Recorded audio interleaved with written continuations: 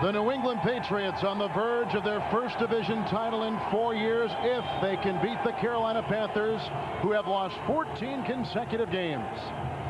Hi, everyone. Kevin Harlan alongside the former New England Patriot running back Craig James. Great to have you with us this afternoon.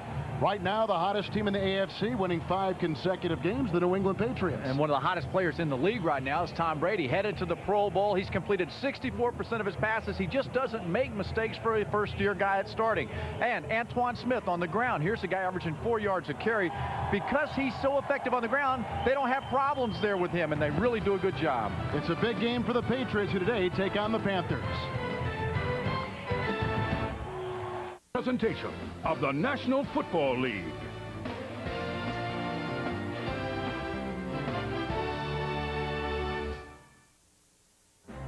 Many wrote off the New England Patriots after Drew Bledsoe's Week 2 injury.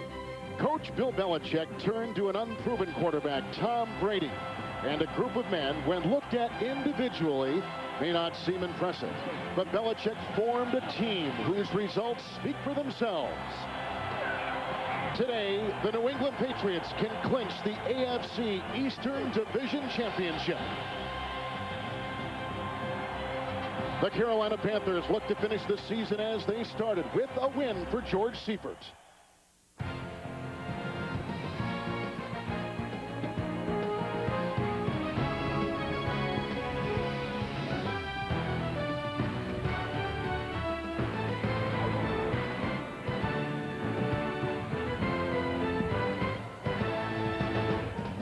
They are expecting freezing rain for the Patriots and Panthers here in Charlotte today.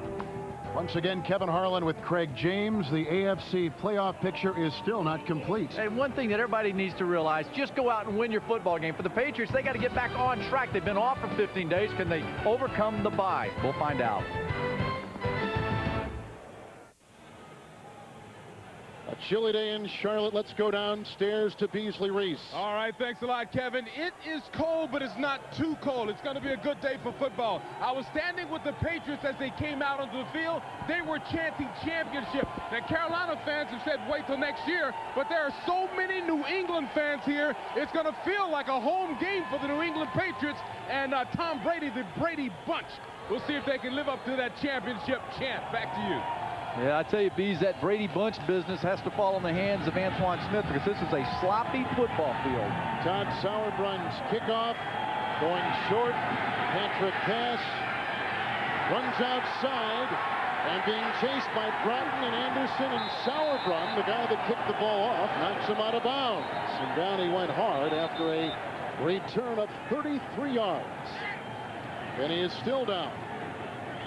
Pass got a touchdown pass a couple weeks ago on that Saturday game against Miami. Yeah, you know what? This is not a late hit. He just got hit, and once he got over on that carpet, it is very slippery down there. They had a tarp on top of the field, and they took it off before the game, but I'm telling you, it's a very slippery field, and his footing right there and being so sure-footed is what allowed him to get to the outside. From the 46-yard line, he's up now. 1st and 10. Antoine Smith in the backfield with the pitch. There's a block by Woody, but a nice tackle made by Jay Williams and Mike Rucker on that defensive line for the Carolina Panthers. A loss of 4 on the play as you take a look at Pro Bowler Tom Brady. Just a good person to be around. You enjoy it. You're happy for him. You know, regardless, fans around the country don't really know who this guy is yet. New England knows who he is, but he's establishing a reputation as a guy who just doesn't make mistakes, and mistakes is usually what hurts a football team. 2nd down and 14 from the 42. Smith still in the backfield. He'll get the pitch. The 1,000-yard gainer with some nice weaving up past the 50 and down to the 49. Brought down by Hitchcock and Deion Grant, a gain of 9. For the New England Patriots today on their offensive line, Matt Light, Compton, Woody, and Druzzi, and Robinson Randall. In the backfield, Smith and Edwards. Receivers, Brown and Patton. The tight end is Rod Rutledge. 3rd down and 5 from the Carolina 49. Out of the pocket, Brady fires on the side, caught by Troy Brown, and should be enough for a 1st down to the 43-yard line. On 3rd and 5, he picks up 6. Brown with his 96th reception, which ties a single season record in '94 by then tight end Ben Coates. Line for Carolina: Williams, Buckner, Jenkins, and Michael Rucker. Linebackers: Lester Towns, flanked by Dan Morgan and Darren Hambrick, the ex-Cowboy. Secondary: Hitchcock, Grant, Minter, and Evans.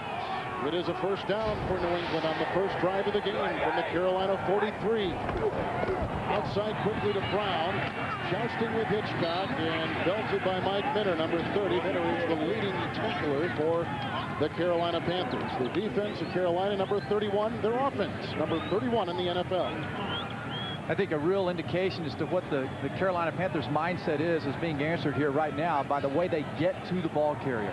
You're seeing the Panthers defense getting to the New England guys who have the football. And, you know, so all this cars running in the parking lot business about them leaving for the offseason, you can probably forget about that right now. Second down, 5 from the 38. What a catch by David Patton, sliding his way to the 26-yard line. Picks up a first down, a gain of 12. And so far, the Patriots moving with ease downfield. Yeah, so all that business about them not leaving early in Carolina and the bye week for the Patriots, forget about that being a problem. New England showing up, executing extremely well right now. Very crisp with the way they're running their offense. Numbers on the ex-Brown and ex-Giant David Patton. First and 10, Antoine Smith, the ex-Bill, weaving his way down to the 21-yard line and picking up about 4 yards on the play. A 1,000-yard rusher for the New England Patriots. Yeah, you know, you talk about the last 3 seasons. These are 2 seasons right here. That's 2. Look what he's done in 1 season with New England. And the touchdowns and the production, but it's a guy, he's a big back. They wanted a big, powerful back, and they got that in the offseason. They were very fortunate to get Antoine Smith, an ingredient that New England's been missing for a while. The 2 tight ends are out. Second down, 6, 21 of Carolina's 7th play of the drive. Brady. Twisting, here comes Jenkins. There goes the pass. It's caught by Edwards. Fumbling inside the 10. Tackled by Morgan at the 5. And New England's got it first and goal to go. A 17-yard pickup through the air for the versatile fullback Mark Edwards. Yeah, really good execution of showing to the left side. Watch how patient he is in selling it to the left side. Brady looks hard left to Antoine Smith, allows the line to get out in front of Mark Edwards, and then Edwards, being a smart, bull-nosed guy like he is, looks for that end zone. No dancing around, especially on slippery turf here. Just get north and south. Empty backfield. You take a look at Edwards, who becomes a receiver on one side. Antoine Smith, the receiver on the other side. 5 receivers in all. First and goal at the 5. The snap from Compton. He goes outside. It's incomplete as he was aiming for Troy Brown. Damian Woody snaps when Brady is under him. Mike Compton moves over from guard on shotgun snaps. It's second down and goal. One of the assets they have in New England is the multiple formations they use. They really do get themselves vanilla defensive looks because they move around so much with their personnel groupings that you almost are forced on defense to get vanilla. Smith in the backfield, second down goal at the 5. Pitch out to Smith, the block by Edwards, cutting it. Oh, what a nice block on the play by Mike Compton, who opens up the gate. A 5-yard touchdown run with the flag down at the 6.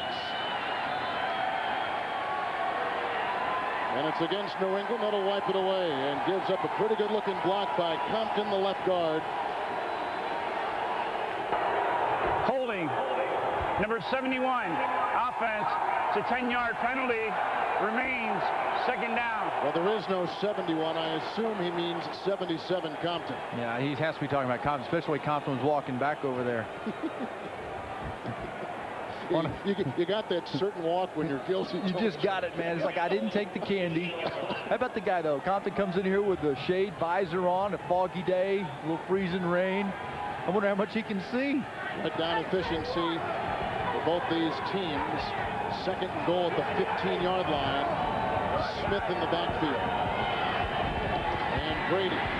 Great time. Good block by Compton again, looking for the end zone. Incomplete. Fred Coleman was in his sights, a guy they called up off the practice squad back in November. It is third and goal at the 15-yard line on the game's opening drive. I think Minter showed up today. What do you think? Yes. He's not. His car's not running in the parking lot. Patrick Pass and J.R. Redmond have checked in for New England. Third and goal at the 15. 10th play of the drive.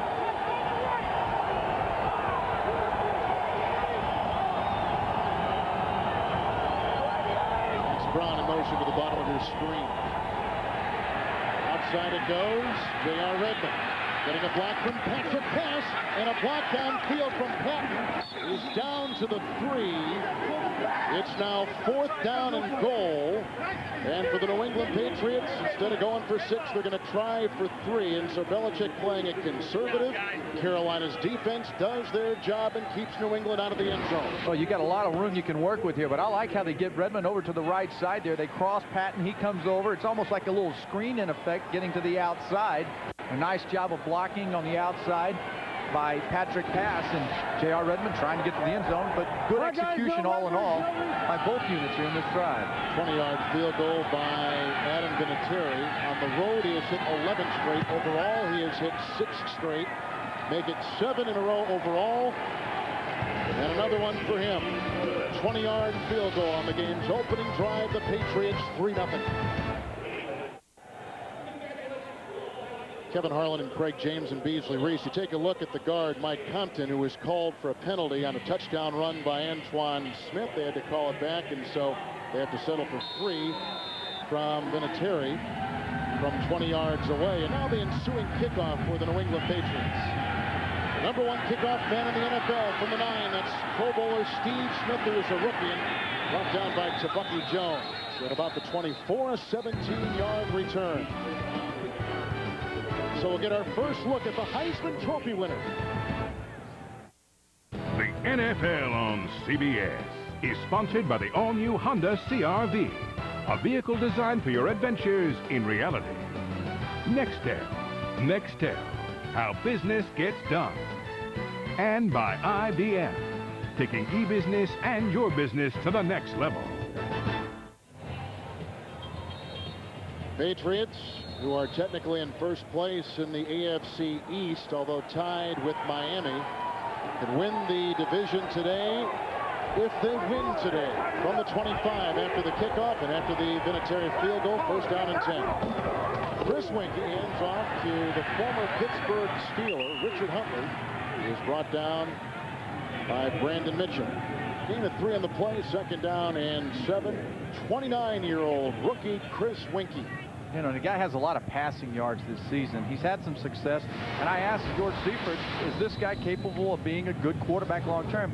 Seifert really believes in him. Stussy, Nesbitt, Mitchell, James, and Terry on the offensive line for Carolina. 2nd down and 7 with the ball at the 28. Quickly outside it goes. And the pass is lassoed by Smith, brought down by Ty Law, and close to a Carolina 1st down at the 35. It's a gain of 8 on the play as you take a look at one of those talked about rookies. He's out of Utah. 5'9" Steve Smith. That's the offensive line again. Stussy and Terry anchoring the tackle positions. In the backfield, Richard Huntley with Brad Hoover, Patrick Jeffers along with Donald Hayes, the receivers. Mangum is the tight end.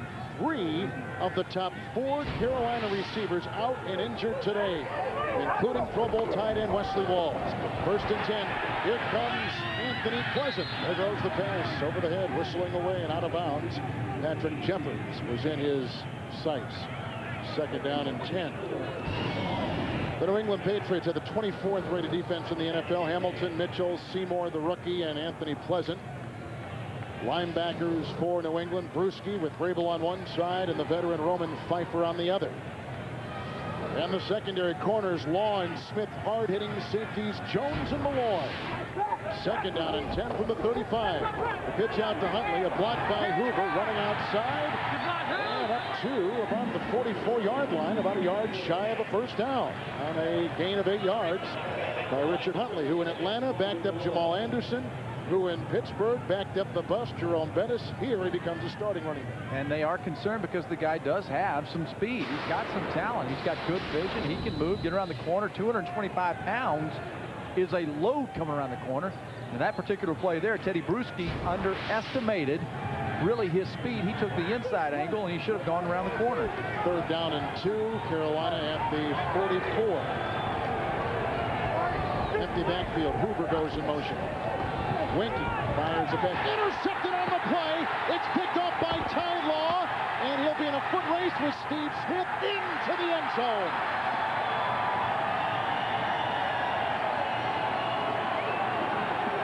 second touchdown on an interception this season. The 5th of his career. When it's third and that short, here's one of the problems of not having a consistent ground game. They got to throw the football, and this is a bad thing that happens when you throw the football. Ty Law sneaks inside, Smith's on the outside, a lack of communication between the quarterback and the wide receiver. Bottom line, Winky is a rookie and makes mistakes, but I think they should have run the football and not had that kind of mistake from him. They put him in a bad position there. The 17th interception for Chris Winky, the extra point good by Vinatieri.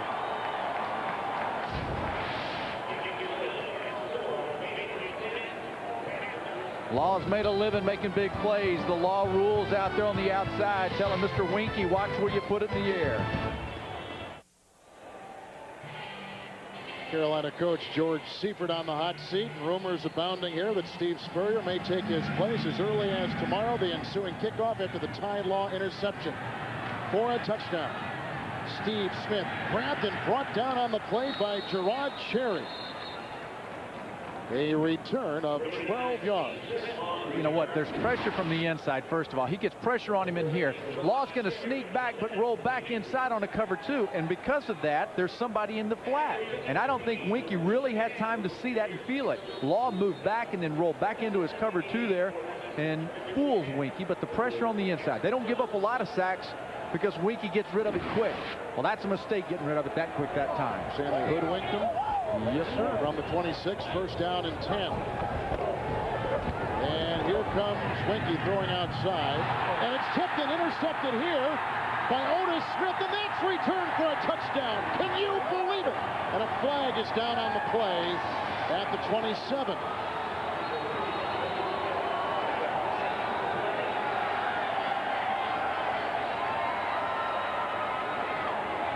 I think New England's going to be called for holding during the return.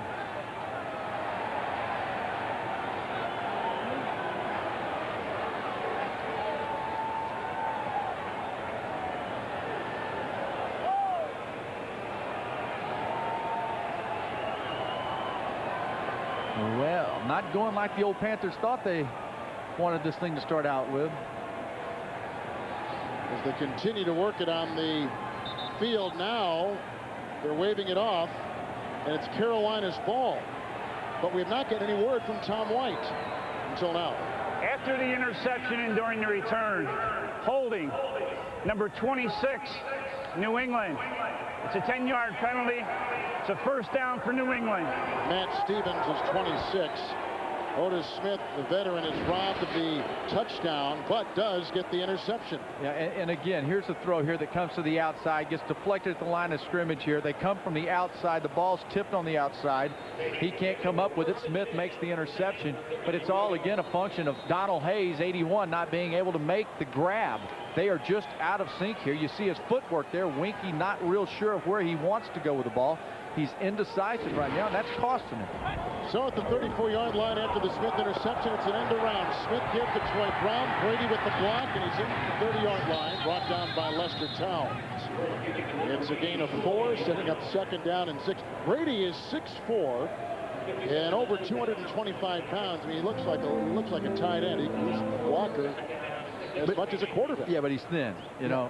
Either that or today's guys wearing these baggy blue jeans around. You know, you never know what it is. Like you did yesterday. Yeah, he you know, it's like they're hanging barely on your fanny. Second down and 6 from the 30. Antoine Smith diving ahead to the 27-yard line and picking up 3. Chris Jenkins brings him down along with Dan Morgan. Third down now coming up. And about 3. Let's take a look at Chris Winky, who's thrown 2 interceptions already in this game for Carolina. And it really does come down to being indecisive. You see his footwork or lack of, how he's moving around. He's not sure where he's supposed to go. New England came out that last time. They had 4 linebackers instead of 3. They changed things up, and that's creating a lot of question marks in Winky's mind. J.R. Redmond in the backfield, 27-yard line, 3rd and 3. Redmond the call. Dan Morgan, the rookie, wraps him up and brings him down at the 26-yard line. Now it'll be 4th down And about 2.5 perhaps to go, and Bill Belichick with the decision, and it looks like it's to go for it on 4th and 2. Yeah, you know, when they put those arms up like that muscle man, that's called tough formation. Bring it in, let's just go for it. Dan Morgan, though, who made that play, one of the few bright spots that they have right now going for him. Morgan is a guy they feel like can work with and build around on that defense. Smith is back in, 4th down and 2, outside the Carolina 25. In motion came Rutledge, and the dive by Smith. We'll have to see if it's good for the first down and to get to the 24. Brought down by Jenkins and Rucker. As they unravel the pile. He's got it's inside the 24, yeah. I'm already with a hot dog with you on this Around one. Here, yeah. Huh? That's right. Let me make the first call. See, poor Tom White made the deal. I love this wham block. Watch, Rutledge comes to the inside. Wham! He gets the block. They get north and south. And again, this is the beauty of having Antoine Smith in the backfield. It's a power game. Not a lot of footwork, fancy work. Belichick wanted that, and it gives them an attitude and an opportunity on 4th down. On the 23. First down and 10. Smith in the backfield and with the handoff. Blocked by Brown, but fighting through it nicely on the play was Jimmy Hitchcock, who makes the stop. He was with New England from 95 through 97, starting 20 games, so he knows the Patriots and what they're all about. And the defense also knows that if they can get Antoine Smith outside the tackle box and make him go sideline to sideline, that he's nowhere near as effective. This is a downhill runner, tackle to tackle, break tackles, especially with field conditions as they are today. This is a down the middle of the football field. They ought to wear the middle of this field out before it's over. 21-yard line. 2nd down and 8. Redmond in the backfield, passes a receiver. They dump off a screen pass with the block by Andruzzi. Goes to Redmond, twisting and twirling to the 4. And it's a first down. A gain of 17 yards on the play. Joe Andruzzi with the nice block. And open up things for Redmond. 1st and goal, New England. Yeah, you know what? This is a nice compliment here. You see Compton and Woody and the offensive line get out there. Compton right there on the backside probably gets away with an illegal block in the back right here. Woody and these guys down the field blocking. Hard running by J.R. Redmond. A nice job of coordination and the timing of this offense. You see the Patriots getting down the field. Joe Andruzzi, one of those guys leading the blocks, and J.R. Redmond, a pretty good compliment to the power guy in Antoine Smith. Richard Seymour in the backfield, 1st and goal at the 4. And here comes Smith, submarining to the 2, brought down by Towns on a gain of 2. Yeah, they bring in the rookie defensive lineman who is a starter, Richard Seymour, to be the lead blocker on certain situations like this right here. Oh, that's a lot of poundage. You know, you're talking about bringing some meat up in there. Dan Morgan, linebacker with Panthers, said we have to take away the cutback of Antoine Smith. He's a smart football player, this young man. I like him. I like what he does out there. And he's smart in knowing to watch that cutback and the cutback with power. Now Seymour becomes a tight end. 2nd and goal at the 2. Rutledge with the block for Edwards, who is wrapped up by Doug Evans, and no gain on the play. Doug Evans, 33, the ex-Green Bay Packer. Well, last time the Patriots were in this territory on offense, they had to settle for 3 after there was a penalty on Mike Compton, the guard, wiping out a touchdown run by Harris. Yeah, this is designed with Rutledge coming in here. He's going to wham. He's got to stay this side of it. Edwards goes the other way. He goes on the other side of the wham. The play is back to the inside. You can't go outside where the wham block's occurring. Seymour in the backfield again. 3rd goal at the 2. And again they go to Antoine Smith at the pile, push him past. Looks like he's short again, just inside the 1.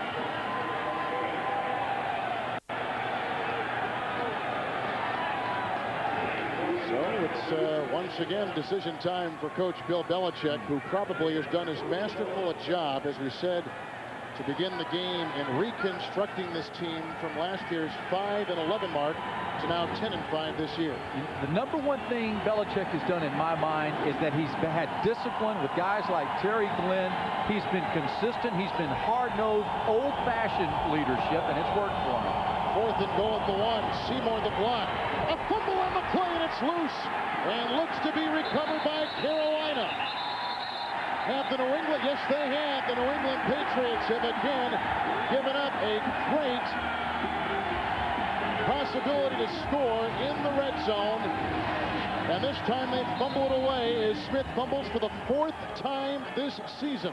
You know, it's the old hat right on the football. He gets hit right as he's coming across the line of scrimmage. The ball goes down, and for the Carolina Panthers, one of those rare breaks goes their way. The NFL on CBS is sponsored by Acura MDX, taking the SUV to a place it's never been before. And by Dr. Pepper and your local Dr. Pepper bottler. Be you. Nothing's better. Dr. Pepper. Well, they say cats have 9 lives, and New England has seen that Carolina's burned a couple. Antoine Smith just fumbling, 3rd time in the red zone this year. And so on that turnover, after the Otis Smith interception, 1st and 10 from the 1. Winky hands off to Huntley with the block, and Aron accelerates past the 15 up to the 18-yard line. Brought down by Lawyer Malloy after a 17-yard run by Richard Huntley. You know what? That's what you think. 3rd and 1 while ago when he throws the interception for the touchdown. I mean, those are things that just make you scratch your head. Like, why didn't they run the ball like that when they had 3rd and 1? Winky's already thrown 2 interceptions today. 1 returned for a touchdown. It could have been 2 returned for a touchdown, but a penalty called the second one back. From the 18, 1st and 10, Huntley again. Running outside and trapped as it crosses the 30-yard line by Bruschi and Roman Pfeiffer. A gain of 13 yards on the heels of a 17-yard gain for Richard Huntley. So New England today has had a touchdown run called back because of a penalty. They've had a touchdown interception by Otis Smith called back because of a penalty. They've been in the red zone twice, and they've had to settle for only 1 score. That was a field goal. Ty Law returned an interception for a touchdown, thus 10-0 New England. From the 31. 1st and 10. Huntley has authored this drive. Play action. Huntley blocks Hamilton. It goes outside to Hoover, who breaks a tackle and is busted out of bounds by Teddy Bruschi. At the 42, a gain of 11. This team was marooned at their 1-yard line a couple plays ago. Now they've had gains of 17, 13, and 11 yards to find some breathing space. Does that maroon mean stranded? For you Texans, yes, that means stranded. They were hunkered down at their 1-yard line. Hey, those are some big plays, and the Patriots are trying to figure out. They've gone back to their starting defensive unit, taking Cox and Thompson out with Bruschi in the middle. 1st and 10, Carolina at their 43. Winky to Huntley, dancing a bit, not much there. Mike Vrabel makes the stop after a 1-yard gain. A very exciting first quarter. New England on top 10-0.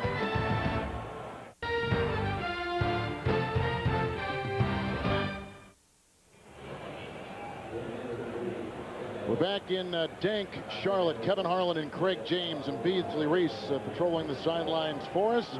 A wild first quarter. 2 red zone opportunities for the New England Patriots, only 3 points. So we begin the second down and 9 with the Carolina Panthers at their 44-yard line. Some first quarter thoughts. First quarter right now, what I'm watching is the New England Patriots defense. Yeah, more than likely this team wins this football game. Now you start looking at the Patriots and what can they do long term. Playoffs are just around the corner, and giving up big chunks of yards on the ground is not going to get you very far in the playoffs. First play of the second quarter, 2nd down and 9. Winky winding up down the sideline, going deep for Hayes, broken up beautifully with no yellow on the field by veteran Otis Smith. He's bounced around the league, in fact, on and off the roster for the New England Patriots, but a big play right there as we check in with Jim Nantz in New York. All right, Kevin, the #1 seed in the AFC playoffs, all set. It's the Pittsburgh Steelers. However, coming off the loss to the Bengals, now trailing the Browns 7-0. Jamel White scores here in the rain-snow mix there at Pittsburgh. 7-0 Browns. Let's get back to Kevin and Craig. Thank you very much, Jim. Browns come in at 7 and 8, but they're near the bottom in almost every offensive category, so a good sign for them with an early touchdown. 3rd down and 9. Winky has to scramble. Chased by McGinnis. The pass downfield, caught by the twisting and turning wide receiver Steve Smith. A penalty flag is down back at the 36. It's a penalty against the Carolina Panthers, wiping out a 16-yard gain for Coach George Seifert. It's been that kind of season. personal foul. Face mask, number 70. It's a 15-yard penalty. Remains third down.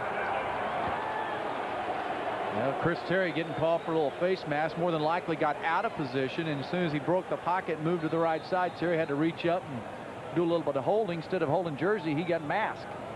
But I like them getting Smith involved. You know what? I mean, they're looking for guys to replace Muhammad, a big play guy. Well, Steve Smith is a talented football player. Get him involved. He's dynamite. He's just a rookie with a great future ahead. Back to the 29 with the penalty. Third down and 24 for Winky.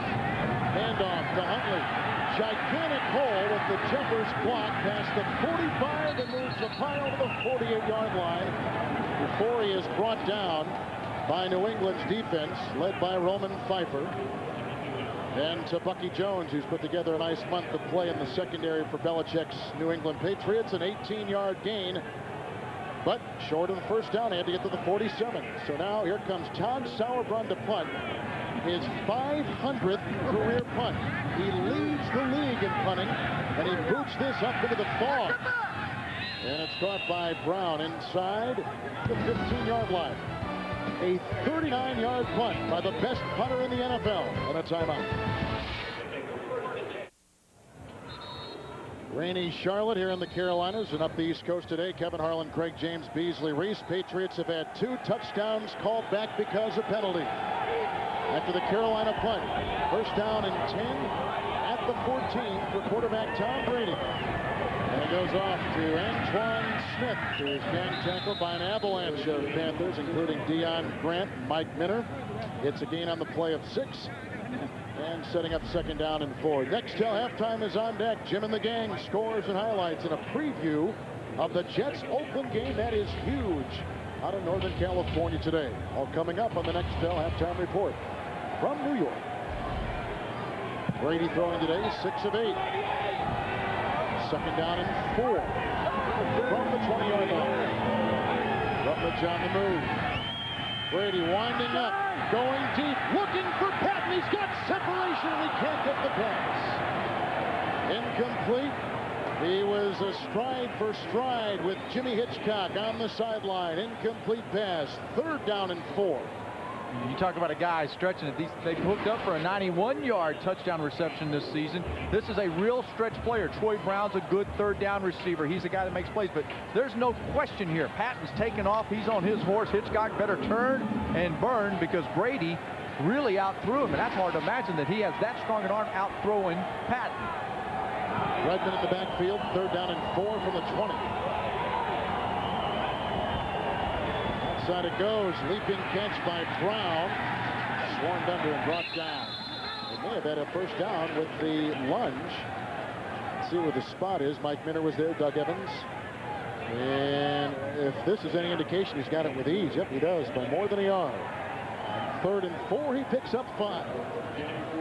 Let's go back to New York and Jim Nance. All right, thank you. Speaking of ease, it's all tied now at Pittsburgh. Fu'u Matu Ma'afalo. Need I say more? 7-7. Updating the NFC side. The Bears with a field goal, trying to hold off the Packers today to win that NFC Central. Green Bay up over the Giants, who got on the board with a Hilliard touchdown. Owens has scored twice for the 49ers. Back to you. All right, Jim, thank you very much. On first and 10, it's Antoine Smith head over heels up to the 27-yard line and a gain of 3. Last 1,000-yard rusher the Patriots had. No, not Craig James. Robert Edwards back in 98. And they really have. They've been looking for a dependable guy to come in here and run the football, and that's why Tom Brady's having so much success. Make no doubt about that, mistake about it at all, because he doesn't have to carry the team with his arm. Second and a long 7 at the 26. Brady. Nice block by Robinson Randall. Outside it goes. Maybe even deflected. It looks so wobbly. Incomplete pass. Third and 7 coming up. And Beasley, what do you have? Well, you know, guys, I'm walking around here, no exaggeration, probably 40% of the fans here are in New England gear from New England. And up 10-0 right now, they're already chanting, "Let's go Jets." You guys know why. If the Jets beat Oakland, they get a first-round bye. So many New England fans here. It sounds like almost like a home field advantage for the Patriots. It's a good crew. It's third down, long 7 at the 26. Redmond with the block. Brady hit, fumbles the ball, and it's loose, and he covers it up. Princeton Buckner covers him. And New England has got a punt. And the ball gets slapped out of his hand from the right side. They come with pressure from the top over there, so they shift and make the adjustment. Here they come. Here comes your pressure from the outside right here. He comes in, slaps the ball. Michael Rucker. Rucker, one of the guys who's been dependable, been on the defensive line all season. Rucker, a guy that they believe they truly can build around on the defensive line. You got Morgan at linebacker, Towns at linebacker. There's some players here. Rucker, one of them. Ex-Carolina Panther, current Patriot, Ken Walter to punt, one of the best hang times in the NFL. Smith backpedal. He fumbles the ball, and it's picked up on the side by Richard Anderson. And a 46-yard punt picked up by number 46, there to save the day for the Panthers, up to the 32-yard line. And we've got a timeout in Charlotte. Not only are Patriot fans good and strong for their team, they're also smart. After the New England punt, 1st and 10 for Winkie at the 33, going outside. That ball is out of the reach of running back Richard Huntley. 2nd down and 10. Bobby Hamilton was there. 2 of 7 throwing Winkie today with 2 interceptions. Log on to NFL.com. See why Phil Simms says there's no such thing as backing into the playoffs. If you're in, you're in. Check it out at NFL.com or America Online, keyword NFL.com. Yeah, but you can mosey in there and not be on a rhythm. You know, like look at the Oakland Raiders, Jets. There's a couple teams that might mosey in there without some momentum. 33, 2nd down and 10. The pitch out to Huntley. Nice block by Terry. He's in the secondary of the Patriots and finally brought down by Pfeiffer and Stevens.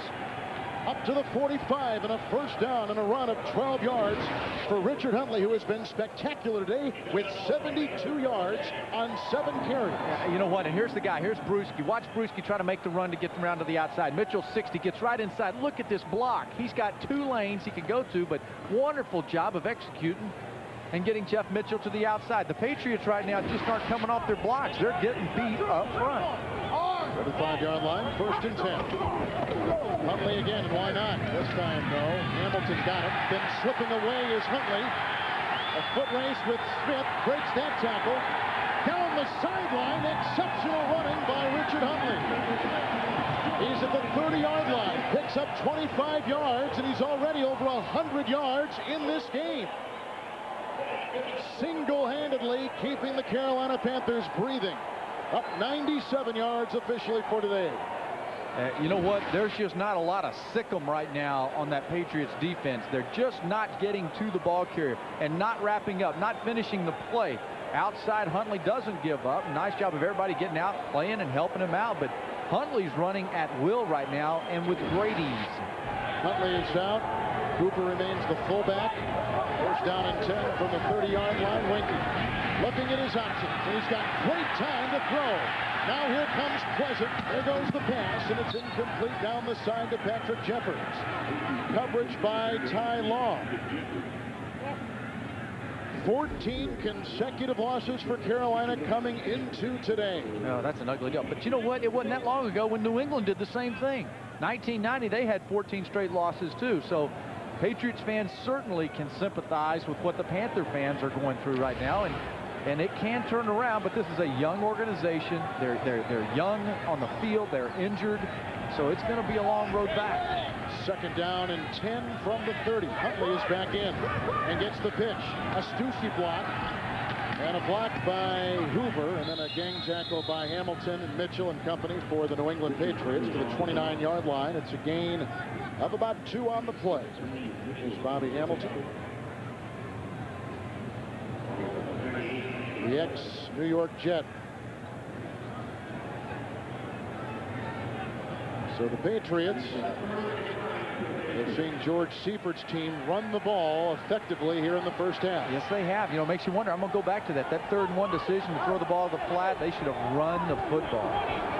3rd down and 9 from the 29. Winkie, a Stussy block and a dump off to Huntley with open field to roam. He's inside the 10, down to the 5, and brought down by Pro Bowler Lawyer Malloy. A 23-yard pickup. 1st and goal, Carolina. you know, this again is recognition on the Patriots' part. A lot of times the Patriots, they confuse what's happening on the blocking of the offensive line. But at this point here, because of the ground game, the linebacker's not really in the game yet for the Patriots. And Huntley comes sneaking out of the pack there of blockers.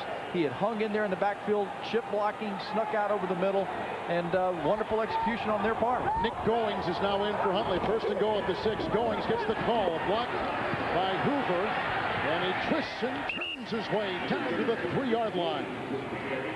So on this drive by Richard Huntley, finishing up what has been a terrific drive, the New England Patriots have allowed him big yards. But for Carolina, 2 gains by Huntley over 20 yards for the first time, Craig, in 8 quarters, which is unheard of in the NFL. So in other words, they got to form them dink and dunk offenses that you sometimes portray. That's right. Yeah. Huntley is back in. Second down and goal at the 3. Huntley trying to carve his way inside, and Hamilton is there with Pfeiffer and Brewster. Now 3rd down and goal. Patriots, you know, when you talk about their red zone defense, one of the things they've been able to do is create opportunities and turnovers in the red zone. And when you get a tired running back, and I see them taking out Huntley right now, and that's a smart move, because a tired running back in short yardage goal line makes mistakes. Well, you should know. Very smart. You've been in that position before. Yeah, and so I don't understand it, but so many times coaches are reluctant to take out their star running back when he gets tired. They should do it more often. 9th play of the drive, empty backfield, 3rd and goal at the 3, and Winky's going to burn a timeout. Big play coming up for the Carolina Panthers, who are getting shut out 10-0 by New England. The NFL on CBS is sponsored by Chrysler. Drive equals love. Sprint PCS, the clear alternative to cellular. And by Subway. Fresh-made sandwiches on fresh baked bread. Subway. Eat fresh. After a Carolina timeout from the 3-yard line, 3rd and goal at the 3. Empty backfield for Chris Winky. Winky can run the ball in, has more rushing touchdowns for a quarterback than anyone in the NFL. But here comes Willie McGinnis and devours him at the 12-yard line. His 5th sack of the season. The 50th of his career, and it couldn't have come at a better time. Yeah, he's on the outside, and they're going to bring Mangum. He's going to try to log it so they can roll to the outside with Winky and move the pocket. But Mangum can't quite get around there. You see 86 Mangum come in there. McGinnis beats him underneath. A poor job of angling by the tight end Mangum. He missed his assignment there with McGinnis.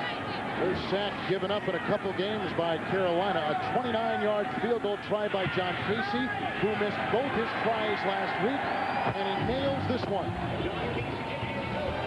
So the Patriots shutout is gone, and Carolina clawing back down by 7. For the best NFL coverage on the net, including expert analysis and line scoreboards, go to cbs.sportsline.com or America Online, keyword CBS Sportsline.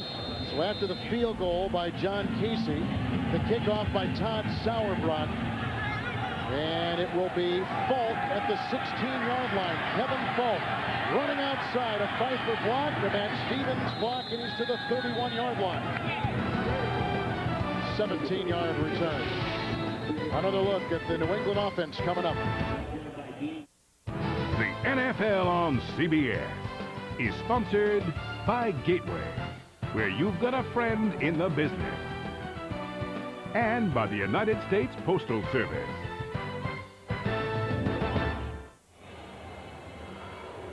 Seven-point game. Patriots on top. 2 touchdowns have been called back because of penalties for New England.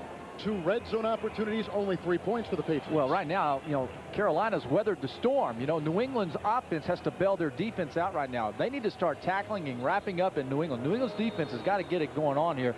Or Carolina at home, you don't want to let the sleeping dog, hang around a little bit longer. He'll be finding a milk bone before it's over with. Weather might be evening the field just a bit. Compton will snap it in the shotgun on 1st and 10 from the 31. Low snap picked up by Brady. Rips a pass outside, which is caught by Fred Coleman. only his second catch of the season, and it's a gain of 4. He's up to the 35-yard line. Terry Glenn did not make the trip. He is back in New England. Missed a little practice, an excused absence for a while this week, and again, there have been several distractions that Bill Belichick has had to deal with this year, and that's why I admire him so much. You know, if it weren't for Dick Duran and how much success he's had in Chicago, I think Belichick would be a good candidate for Coach of the Year. Second down and 6, and the pitch out at the 35 goes for no gain, and Antoine Smith, who has had 4 100-yard games this season, but today has fumbled at the 1. That turned it over. And, you know, Carolina's allowed 7 100-yard rushers this season. So you think all of that blends together where they're going to come out here and run the ball. But trying to get around the corners with Antoine Smith is playing right into the hands of Carolina. The interior, tackle to tackle, is going to have to get it done by New England on the offensive line.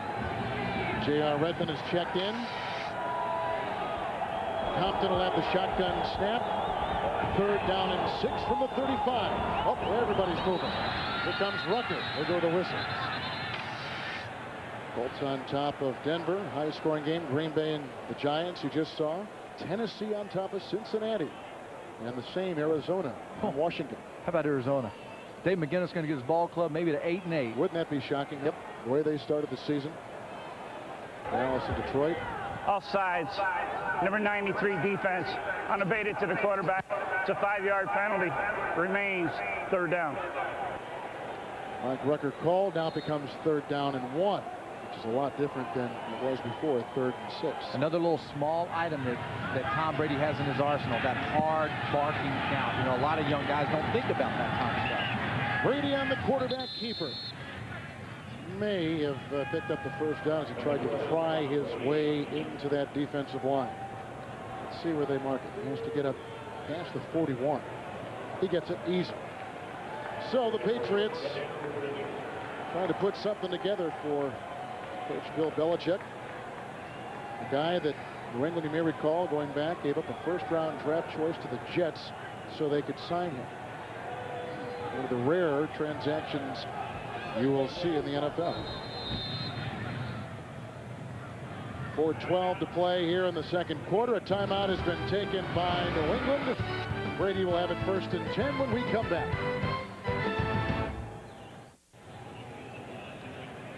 Thursday on CBS. This is it, the final episode. Find out who will be voted the ultimate survivor in the dramatic 2-hour finale. And stay tuned for a live reunion featuring all 16 survivors together for the first time. Beginning at 8 Eastern, 7 Central, Thursday here on CBS. After the New England timeout, 1st and 10. And Antoine Smith rumbling down the middle to the 49-yard line, and a 9-yard gain tackled by Mike Minner in the secondary.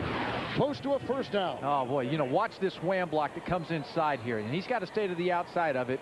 He cuts down. Mark Edwards does a beautiful job of cutting Al Lucas, a defensive tackle, and Antoine Smith. That's the north-south game I'm looking for. That's what you got to have if you're New England right now. 2nd down and 1. There's a look at Edwards playing the wingback. And this time Smith sent up the middle and nothing there. Darren Hambrick, who led the Dallas Cowboys in tackles a season ago, cut this past October. Vacuumed in by Carolina, now starts at linebacker here. You know what? This is the cutback area over here. This is where he has to stay. Don't cut back. There's no cutback there. He's got to stay play side, right up the middle of the field. He's not a dancing back. And I know he's not trying to become a dancing fullback, halfback, but that play right there, understanding the down and distance, using your power straight ahead, that's what he has to accomplish. 3rd down, long 2. Redmond is in, 49-yard line. Brady, with the rush coming on, sets up a screen out of the reach of Redmond. Incomplete pass. So New England's got to punt again. You know, there was a concern among people that watch this team on a daily basis. Is it possibly too much time off this time of the year? Your team's on a roll. You've won 5 consecutive games. For a developing team like this to be off now for 15 days between games. And I believe, and not only I believe, statistically, teams coming off a bye week, they just have a hard go of it. They don't win that often, and when you're playing as well as they were, you don't want to take time off. Walters punt, fair caught, 15-yard line by Steve Smith, the 36-yard boot. And Carolina gets it back. Now our NFL poll. Who would you pick as this year's NFL MVP? You to see the names, just log on and cast your vote at NFL.com. I'm going to go Marshall Faulk. And knowing you, here's how you do it. You just kind of circle everybody. No. I'm going to be different. I'm going to go with Brett Favre. If he wins today in New York, he's my MVP. Well, they're up right now. They are. I like that. At least this season I've accomplished one thing. I don't let you straddle the fence and just circle everybody's name. I won't do it either. After the punt by the Patriots, Carolina 15-yard line, 1st and 10. Richard Huntley over 100 yards on the ground, takes it again into the teeth of the New England defense. Otis Smith is there along with Bobby Hamilton. Gain of 4, spotted at the 18-yard line.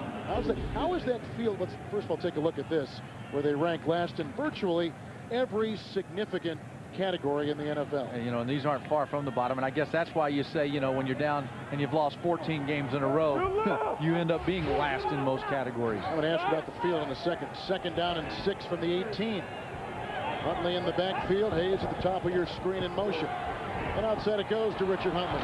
One-on-one with Roman Pfeiffer, the veteran who played it well and brings him down in a gain of about a yard to the 19-yard line. And how is the field today? It's mushy.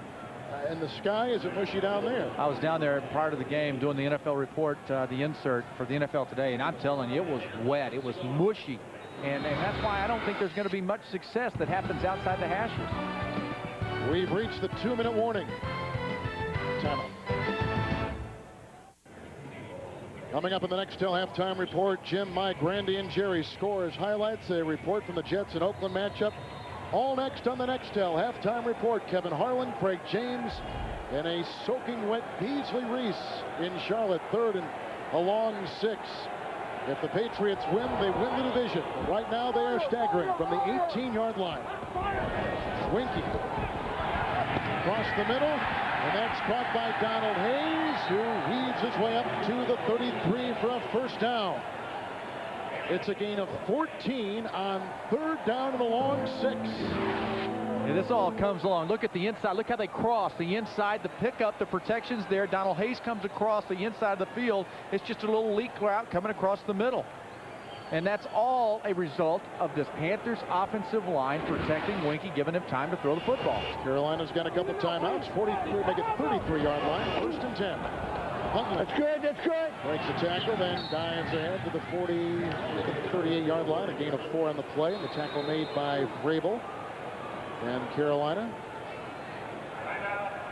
will burn another timeout, so they've got 1 left. And we'll pause as well. Big day for Richard Huntley of the Panthers. One of the things that the Patriots are trying to accomplish right now on defense is better tackling. Beasley, you just can't show up at a game and figure in the 2nd quarter you're going to flip the switch on, can you? No, I think these defenders kind of took the attitude that this Carolina team would eventually give up. It's not happening. They've got to come up and play with some real attitude and tackle. 2nd down and 7 from the 36 for Chris Winky. Pocket crumbling. He's on the run. Fires a pass incomplete. He was looking for Steve Smith. Pressure was by McGinnis and Anthony Pleasant. Now it'll be 3rd down and 7. One of the things Tom Brady says is the reason he's successful is that he knows where he's going with the ball. He's decisive. That play right there, Chris Winky. Winky got back, had protection. They came on the outside corner. Somebody's open. And he just didn't seem like he saw it. It was like he was confused. Where do I go with the ball? He's 5 of 12 on the day. 3rd down and 7. 36-yard line.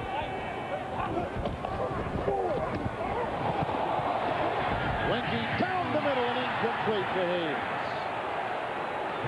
Incomplete pass. And they got a punt again. That wasn't even close. You lose 14 games in a row, and a lot of that has to fall on the shoulders of a quarterback who's young. He doesn't make plays. Sometimes he makes the plays. That time the protection again there. And Winky told us in our meeting, he said, you know what? There are days where I'm just off. I'm just awful. I can't hit anybody, and I know it. And I would tell you right now, if you asked him, he'd probably agree with us. He's off right now. Pro Bowler Todd Sauerbrunn lost this to Brown, who will signal forward. There's a lot of a fair catch back at the 19-yard line. A 45-yard punt. Patriots will have 56 seconds on the clock with which to work and a couple of timeouts. And coming Tuesday, January 15th on CBS, the creator of Jag brings you a new drama that dares you to go inside the Supreme Court. It's First Monday. Don't miss the series premiere Tuesday, January 15th on CBS. That's a pretty good number right there. You know, this team knows how to run a 2-minute offense, and Carolina better be on their toes right here, because 56 seconds is a lot of time for a guy who manages the game well like Brady. Compton will snap it in the shotgun. Brady, 19-yard line. Redmond in the backfield. Redmond gets the toss. There's one block. Another by Compton. Finally, Dan Morgan, the rookie, brings him down after a first down catch and run to the 31-yard line, a gain of 12. Did Joe Andruzzi get him some? Huh? Put him on defense right now, because that dude's out there hitting people. 31-yard line, clock at 35 seconds, 2 timeouts for New England. Compton snap again. And Brady fires a pass, which is low and caught by Brown. And for Brown today, after that gain of 8, 4 catches, he is the all-time single-season receiving leader in the history of the New England Patriots. Now with 99 catches this year. Not bad. Yet he didn't make the Pro Bowl. He is an alternate, but he did not make it, which is shocking to me, as he's as good as there is in the NFL. He's an alternate, you know, and it's a step in that direction, and his teammates really supported. They were disappointed that Troy Brown wasn't allowed to get there. One of the guys who is going is Tom Brady. Brady's talked to us about his mechanics. He's trying to shorten his stride. So when he gets to the back, when he lets the ball go, he's trying to shorten his stride and not have a long, drawn-out stride. He's trying to get the same point of release. So as a young quarterback, he's gone beyond getting comfortable with the game plan and what needs to take place. He's really now focusing and honing in on getting better with his mechanics. And to think that he was the number 4 quarterback last year, and back of course, the starter, Drew Bledsoe, who is hale and hearty and on the sideline ready to go, but John Freese, Michael Bishop, and then Brady was number 4. And he was kind of they said a skinny kid, not on mother. He put some weight on in the offseason, and they started seeing progress and development in the spring quarterback schools. They started seeing what he was doing there. And when you talk about this number right here, 64% of your completions, to me, that says the guy knows where he's going. He's not screwing up. He only has 10 interceptions on the season to 17 touchdown passes. That's a good ratio. Tom White has stopped the clock. We're going to review the catch and see if indeed Troy Brown was able to lasso the pass from Brady. Well, what it seemed like what Brown did was he kind of eased back in, knowing he was going to get popped from the inside. So the question is whether or not they can have conclusive evidence here. Initially, it looks like he had it. You know, full speed looks like he had it. But you see how he laid back down, knowing that he was getting ready to get popped, which was smart and aware of where the safety was coming from. There's nothing there yet that would give them enough evidence to overturn the ruling on the field. About 33% of challenges are overturned. We will review the ruling on the field, whether this is a catch or an incomplete pass. Well, I tell you there, I saw a little ball hit the ground. That looked like a little bit of grass right there.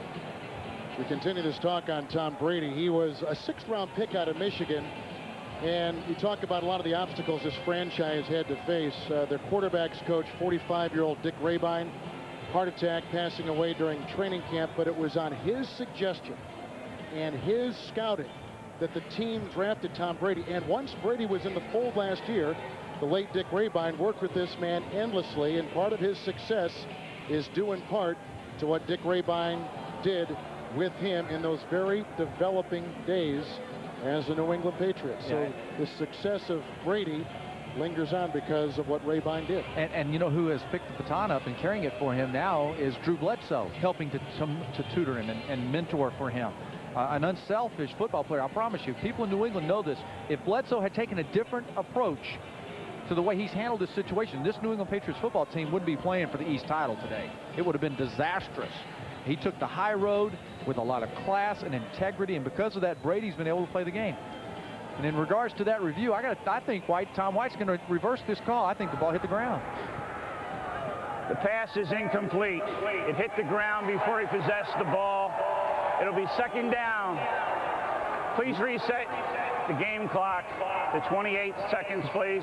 You owe me 2 hot dogs. You are right again. Man, oh, man. And I'll eat both of them at halftime. No, you will. Hot dog, a little ketchup, mustard, and relish. So there's a look at Troy Brown. 9th-year player, a former 8th-round draft choice in the NFL, and and he's already taken the single season record away from Coates, and he went to high school here in the Carolinas. He's from Blacksville, South Carolina, not too far from here actually, and he's playing back home, so to speak, with this New England ball club in this beautiful stadium, which is maybe a third full today. And I was talking with Bob Kraft, the owner, before the game, and he was telling me that if you think this is nice, you should see the brand new stadium we are building in Foxborough, which has the best sight lines. What NFL people tell me, the best sight lines of any stadium being built right now. There's some gorgeous facilities that's going on around the NFL. Oh my gosh. Baseball's got them going on, the NBA, a lot of really pretty coliseums being built, and I can't wait to see a game in New England. Well, then of course the infrastructure is here. They've got the ownership. The rumors about Steve Spurrier coming to Carolina are red hot in the Carolinas. He used to coach at Duke. He's got relatives in the area, and he has been in Charlotte this past week for some other things aside from Panther football. But with all that being said, George Seifert told us yesterday he wants to come back. He and the ownership were on the same page in really junking what they had before, going very young and trying to get that salary cap and the age of the team back in line. And on top of the youth of this team, they've had injuries. So you add all of that up, and I don't care who the coach is, Spurrier or you bring any coach you want on this team. If you don't have players, you can't win. Well, I'm not sure why they are discussing anything but the clock, but I assume that is the main consideration right now. And normally, after the completion, remember, the Patriots did take a timeout. and you know what, and this is one of the things that the referee has to look for once he's inside the peep tank there is, you know, the clock too. That's 28 seconds right there. You can see it down here on the bottom. There's your 27. So, you know, they're going to try to make a determination as to what should be on the clock. Tom White has had an interesting history with this. He's the guy that got confused on downs, remember, in a game last year in Pittsburgh.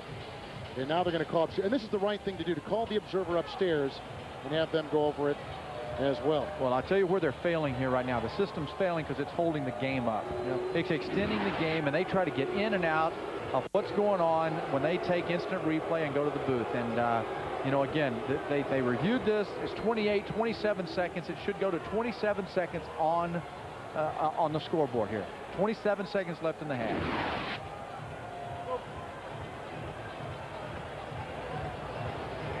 Getting a little workout, isn't he? Mm-hmm. Huh?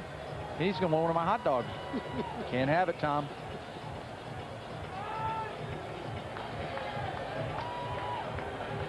Well, last week, Craig, you and I saw the Buffalo Bills beat the Jets. Could Carolina have the same thing in mind over the Patriots today? As stranger things have happened. And we thought we would never see what we saw last week, you and I, in the Meadowlands. And it's a fact. The longer you let this team hang around, the more encouraged they are to play hard through 4 quarters. And, you know, they said they had good practices during the week. Of course, you see they had good practices prior to Arizona last week, and they laid an egg on the field. So, yeah, this is a team that they will be more motivated in the second half, knowing their season is over with, and they get on about the offseason. The ball is placed at the 31-yard line. Second down, 28 seconds. And he's right. I mean, that's exactly what it should be. 28 seconds, 31-yard line, and it should be second down and 10. But that should have all happened about 3 or 4 minutes ago. Well, you don't know what they're going. Maybe he's got a headache or something. Second down and 10. Brady winding up, fires a pass, and it's caught at midfield. David Patton on a foot race takes it inside the Carolina 45 to the 44. It's a gain of 25. The clock at 18 seconds, and New England will burn their final timeout. Yeah. They're not quite in field goal range yet. You know, when he comes across, when David Patton gets to the middle of the field, first of all, there's good protection. The Panthers dropped 8 into coverage. Now when they come across the middle of the field, the opening is going to be back in here. There's a void coming to the middle. He's leaking his way back to. The linebackers are much, much shallower than they are. But because of the time to throw the football, they were able to extend the route, get further down the field, and allowing Patton to come up, because Tom Brady looked like a shortstop throwing the ball over to first base. Hop, hop, wham, and let it go. Again in this game, New England has scored twice. A 20-yard field goal from Vinatieri, a Ty Law touchdown on an interception. But New England, two things are standing out. Twice in the red zone, only 3 points, and 2 touchdowns called back today in the first half because of penalty. So at the Carolina 44, no timeouts, first and 10. Redmond in the backfield with Brady. Moves up nicely. Rifles a pass downfield. Intercepted and picked off on the play by Deion Grant with 9 seconds remaining. Grant's 4th interception of the season. And the 2nd New England turnover today. Brady tosses his 11th interception of the season. Now 8 guys drop into coverage. There's a safety in the middle of the field who comes over on the outside. Coleman's there, but a beautiful job coming up, making the interception, making sure you finish the play by Deion Grant, getting it up the sidelines, and obviously for Carolina, stopping an offense that we showed you and told you about that has had a lot of success in a 2-minute offense. Another confidence builder. Both those interceptions by Brady thrown in Carolina territory. 37-yard line, 1 timeout for Carolina. Winky winding up, going short, underneath, caught by Hoover, racing out of bounds at the 44. 2 seconds remaining.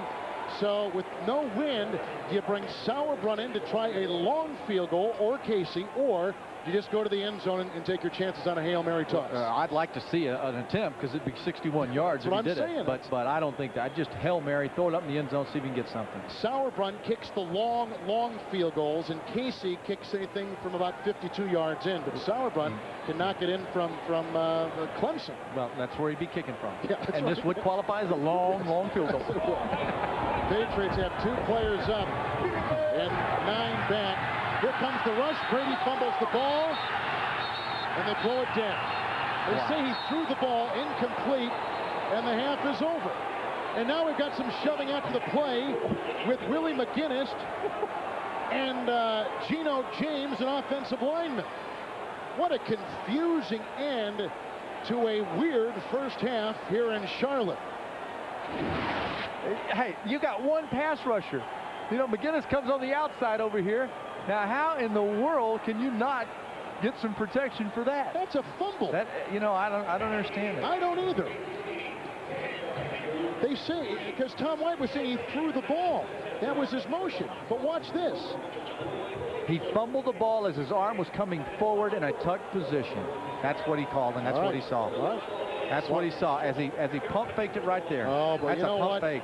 Looks like it looks like he was set though again. Yeah, I don't know. That's a fumble. That's right down the middle, downstairs to Beasley Reese. All right, I'm with Coach Belichick. Coach, Carolina's hanging in there. What are you going to tell your players? Well, we had 2 touchdowns called back by penalties there in the first quarter and lost another chance inside the red zone. So we're going to have to finish the drives and play a little bit better on defense against the running game. All right, thank you, Coach. All right, in a must game for the New England Patriots to win the division. They lead only 10-3 at halftime. Back in foggy Charlotte with the Carolina Panthers trailing the New England Patriots 10-3 at halftime. Kevin Harlan alongside Craig James. A lot of turnovers in that first half. Well, you know, New England comes out. They're playing hard. They have a good offensive possession. Carolina comes out, and they get crazy on 3rd and short. They throw the ball out. Ty Law takes 1 back for a touchdown. Then Winky had another mistake. And you know, really, we said it earlier that Carolina has endured. They've weathered these storms, these turnovers right here. Because a lot of teams would have fallen apart. But New England needs to come back out. They need to control the ball. They need to run the football and stop turning it over. When you look at the statistics of the first half, this is a surprising number here. I thought that would be over on New England's side. The turnovers, they need to be better in the red zone. And then there are the 2 touchdowns called back that Belichick alluded to, and those are hard to overcome. Adam Vinatieri has the ball teed up at the 30, and our second half is underway. Number 1 kickoff man in the NFL from the 13-yard line, rookie Steve Smith. Grabbed and brought down by Patrick Pass at the 23-yard line. Had a great angle on him and brought him down after a return of 11 yards on the play. And Carolina gets it back 1st and 10. Watch how he accelerates through Smith. Pass comes up, accelerates through the leg. That is beautiful job of going and getting a deceiving runner. The guy that makes you miss a lot of times. He just went right to his legs. He took charge. He became offensive. We'll take a look at pass on the sideline. Looks like a shoulder. 1st and 10 from the 23. Pitch out to Huntley, over 100 yards today. Slips by one defender, then is brought down. McGinnis finally got him, along with Ty Law. And Anthony Pleasant. Loss of a yard on the play, back to the 22-yard line. Well, obviously, Romeo Crennel, the defensive coordinator, has decided to come out a little bit change here. You've got Brian Cox and Ted Johnson in the game here. You know, here's Johnson, here's Brian Cox, Willie McGinnis up top. So they're going to go out and they're going to try to do something a little differently than the way they started the game. See if that strategy will pay off for them.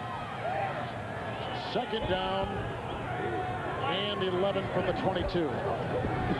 Winky, good block from Huntley on McGinnis. Outside it goes to Hoover.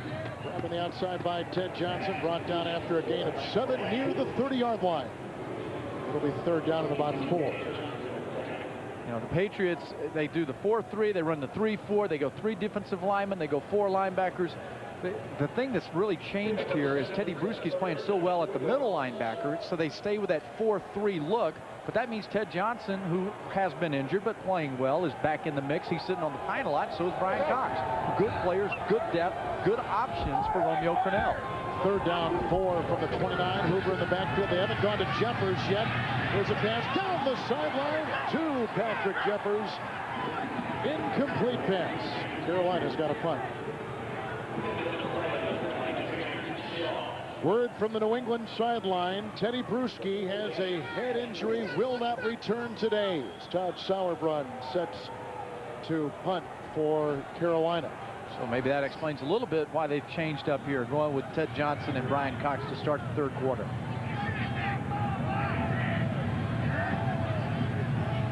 Sauerbrunn readies. Sends a rocket down to Troy Brown, who drifts back to the 24. Taking a couple tackles. Finally put down hard by Corey Minor at the 25. 2-yard return, a 48-yard punt by Sauerbrunn. And the Patriots get it for the first time in the 2nd half. This telecast is copyrighted by the NFL for the private use of our audience. Any other use of this telecast or of any pictures, descriptions, or accounts of the game without the NFL's consent is prohibited. Well, if there is a concern area, that's one right there. They haven't scored an opening 2nd half drive touchdown in 25 games. That's pretty bad. After the Carolina punt, 25-yard line. 1st and 10 outside to David Patton. Pushed out of bounds by Deion Grant and Jimmy Hitchcock. Gain of 7 on the play. Coming up next, the Jets take on Oakland. Some of you will see Buffalo, Miami, and others will see Kansas City, Seattle. Seattle is still very much alive. And you know what? All 3 road teams right there, all 3 road teams very capable of winning. I like Kansas City. Buffalo starting to turn the corner, playing better. And the Jets and Oakland, it's just a matter of which team shows up on both of those units. 2nd down and 3 at the 32. Harris in the backfield. David Smith in the backfield. Handoff goes to Edwards. He was brought down by Mike Minner. Gain of 2. Antoine Smith comes from Buffalo. Mark Edwards comes from Cleveland. A new quarterback, an entirely new backfield for this playoff-bound New England team. You know what? Bob Kraft gave up a lot to get Belichick to come over here, but it really wasn't as much as what people thought initially it would be. It was a good decision. The New England Patriots last year weathered some storms. It was a slow start this season, but his philosophy and what they're trying to do here is paying off for him. 34-yard line, 3rd down and 1. Fake handoff to Smith. Brady with time, winds up down the sideline to Wiggins, and he makes the catch. The tight end at the 35. Jermaine Wiggins with his 13th reception of the season. He picks up 31 yards, a season long, and a 1st down for New England. They're going to come across with motion here, and they're really wanting to throw it to Troy Brown. You see him in motion coming across. He gets held up. But when that happened is Hitchcock looked to the backfield. He gave up on Wiggins, who turned and went down the sidelines. So it was the second option for Tom Brady. The defensive back pulled off and let Wiggins get behind him. Redmond in the backfield. Pass is the wingback. Now the empty backfield from the Carolina 35. 1st and 10. Brady with the dart, dropped incomplete. Looking for Troy Brown, smothered on the play by Darren Hambrick. 2nd down and 10. Troy Brown is, like we said, an alternate to the Pro Bowl, is a big play receiver, but he's got to keep coming across. He's going to take it. He got hit. Go ahead and keep coming on in, make the reception. He pulled up a little bit on that one that they had a review of, and he had the ruled incomplete earlier in the second half, or second quarter. Smith back in. Edwards will be in the I formation with him. 2nd down, 10 from the 35. Pitch out to Smith, a block by Edwards. And grabbed by Hitchcock and torn out of bounds by Mike Minner. Defense stiffening, a gain of 1 on the play. Does that look like a defense that's ready to go home for the offseason? They didn't play like it last week either against Arizona. Well, in fairness to the Panthers, this is a team that has played hard and had a chance to win all but 2 games. They look at San Francisco and Arizona as just 2 eggs they laid, but other than that, they played hard and been close. Mike Minner is the all-time leading tackler for Carolina. Coached by Dom Capers early in the history of this franchise, and now by George Seifert. 3rd down and 9. Kevin Falk is in the game. From inside the 35. That's a direct snap to Falk, who is brought down by Mike Minner at the 36. Did the same thing a couple weeks ago against Miami, which turned out to be a pass to Tom Brady. It was a run. And all the pressure. Look at the safeties that come up in the middle of the field. It's a good run blitz. The negative to that play, if you're the Panthers, is if he busts through that one little line, it's over with. Katie bar the door. Ken Walter to punt. You know Katie? I know Katie. Huh? Got to bar the door line. She's coming through. Steve Smith inside the 10. Little wind to deal with. Rush was on by Goings, and the punt drifting inside the 5. Dying at the 1. What a punt by Walter.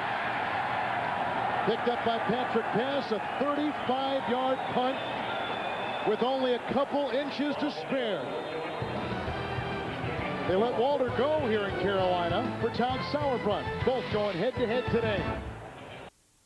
The NFL on CBS is sponsored by Goodyear, reminding you to take all of your journeys on the wings of Goodyear. Circuit City, we know how you feel, that's why we're here. Circuit City, we're with you.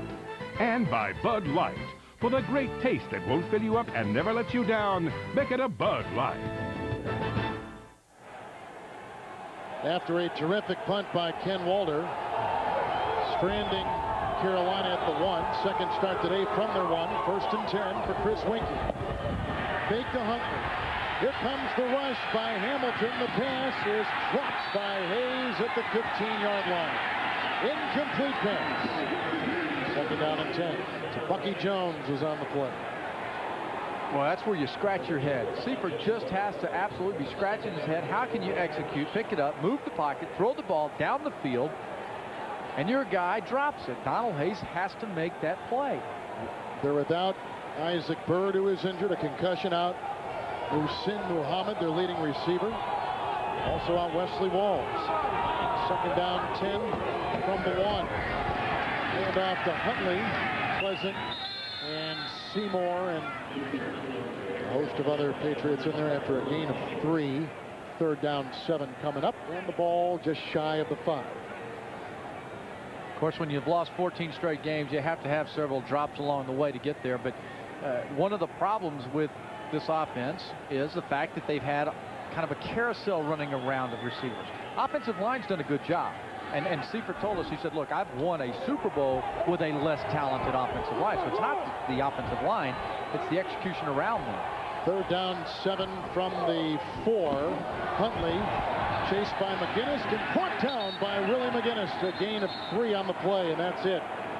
And Carolina's got a punt. The boos cascading down from the upper deck here at Erickson Stadium. Oh, yeah? Where are they up there? They're up there doing it. Monday on CBS, the King of Queens, yesteryear. Everybody loves Raymond, Becker, and Family Law. All here Monday on CBS. Walter had one block. here by the Jets earlier this season. Sauerbrunn. And the punt is picked up by Troy Brown, and he is gone.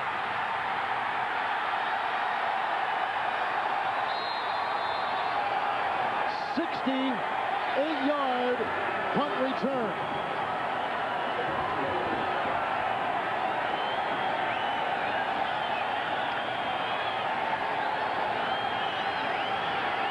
Well, that'll hurt the old net average. That's the 6th punt return for a touchdown in his career against Sauerbrunn. You talked about out-kicking the coverage, Kevin. Look at that. He dropped deep. It's a booming kick, but his coverage in the wall just wasn't there. And Troy Brown, if you give him that type of room, we all know he's done it in the past. That's a lot of room for a talented foot guy. Vinatieri will try the extra point. And that is up and in.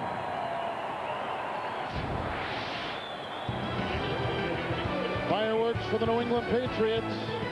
Troy Brown takes it the distance. Access NFL.com now on America Online. Get live game day coverage and real-time stats at AOL keyword NFL.com. The world's greatest golfers will claim history as their own. The PGA Tour is on CBS Sports. Troy Brown returns his 2nd punt this season for a touchdown. He's the number 5 punt returner in the NFL, and every facet of the Patriots game has scored a touchdown except the offense today. You get into that mode here now where you start thinking about, okay, down the road and execution and playing well, knowing that you've got to get it done right now and coming off that bye. Vinatieri's kickoff inside the 15-yard line for Steve Smith. Grabbed by Bucky Jones and wrestled down at the 28-yard line. You know, that's Bucky Jones is showing up as a player, isn't he? Looks great tonight on the CBS Sunday Night Movie. When it comes to being a master thief, it takes one to catch one. The network premiere of Entrapment.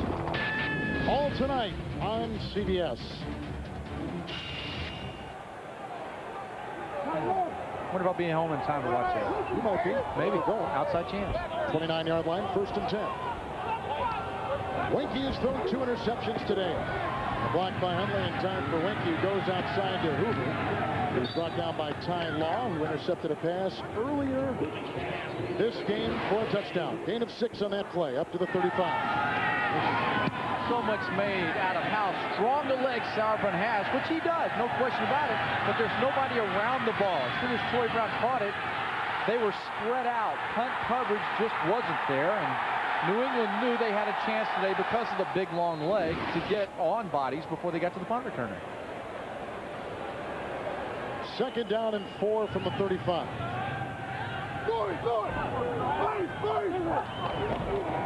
Spangen's in motion, offers a block for Huntley. He runs outside into the secondary, brought down by Matt Stevens at the 50-yard line. It's a gallop of 15 yards as we take you now to New York and Jim Nance. All right, Kevin and Craig, watch this run back. Not quite as fast as Troy Brown. It's Keith Traylor putting the big paw out there, making the interception. He's running down the sidelines for Chicago, looking to clinch that NFC Central. Wait, I need some help. He's going to get dragged down. It'll set up a Miller touchdown pass. Let's go back to Kevin and Craig. Wow. Of course, Mark Brunell has had 2 interceptions, Jim, returned for touchdowns this year. Almost had a 3rd right there. Yeah, if that guy had any speed. 1st and 10 for Carolina at the 50. Pitch out to Huntley. Gets by Hamilton. Finds his seam. Makes his way down to the 31-yard line.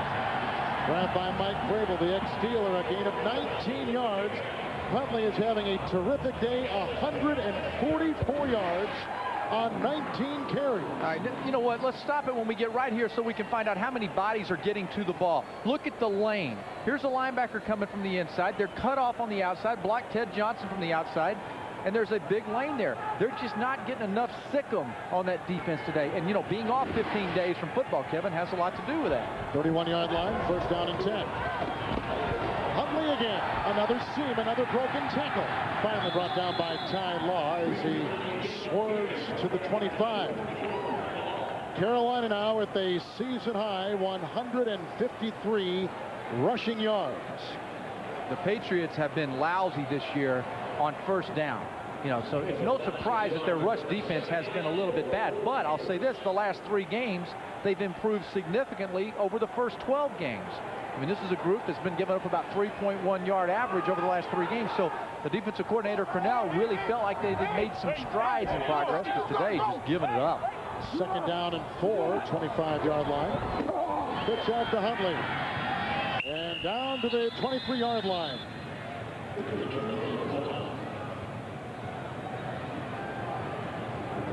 Now it'll be 3rd down, Craig, and about 2.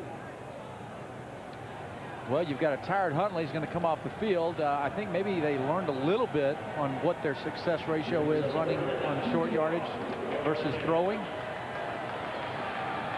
Problem is, Huntley's had so much success getting down there, he's tired and out of the game. Nick Goings comes in his place. 3rd down and 2. Outside it goes, looking for Smith, incomplete. And they had Terrell Buckley over there. Some hard hitting in this game today. Oh, that's a medicine ball. You know, that's just an absolute medicine ball that can't be thrown. They are squatting on the corners out here all day long by New England and nailing the receivers coming to the flat. Field goal try now, 40 yards. Casey with Sauerbrunn to hold. The wind is negligible here inside Ericsson Stadium. The high snap. And Casey gets his 2nd field goal of the day. This time from 40 yards. And a timeout. The NFL on CBS is sponsored by Burger King, home of the Whopper. And by Cellular One. When you need a cell phone, Cellular One is here.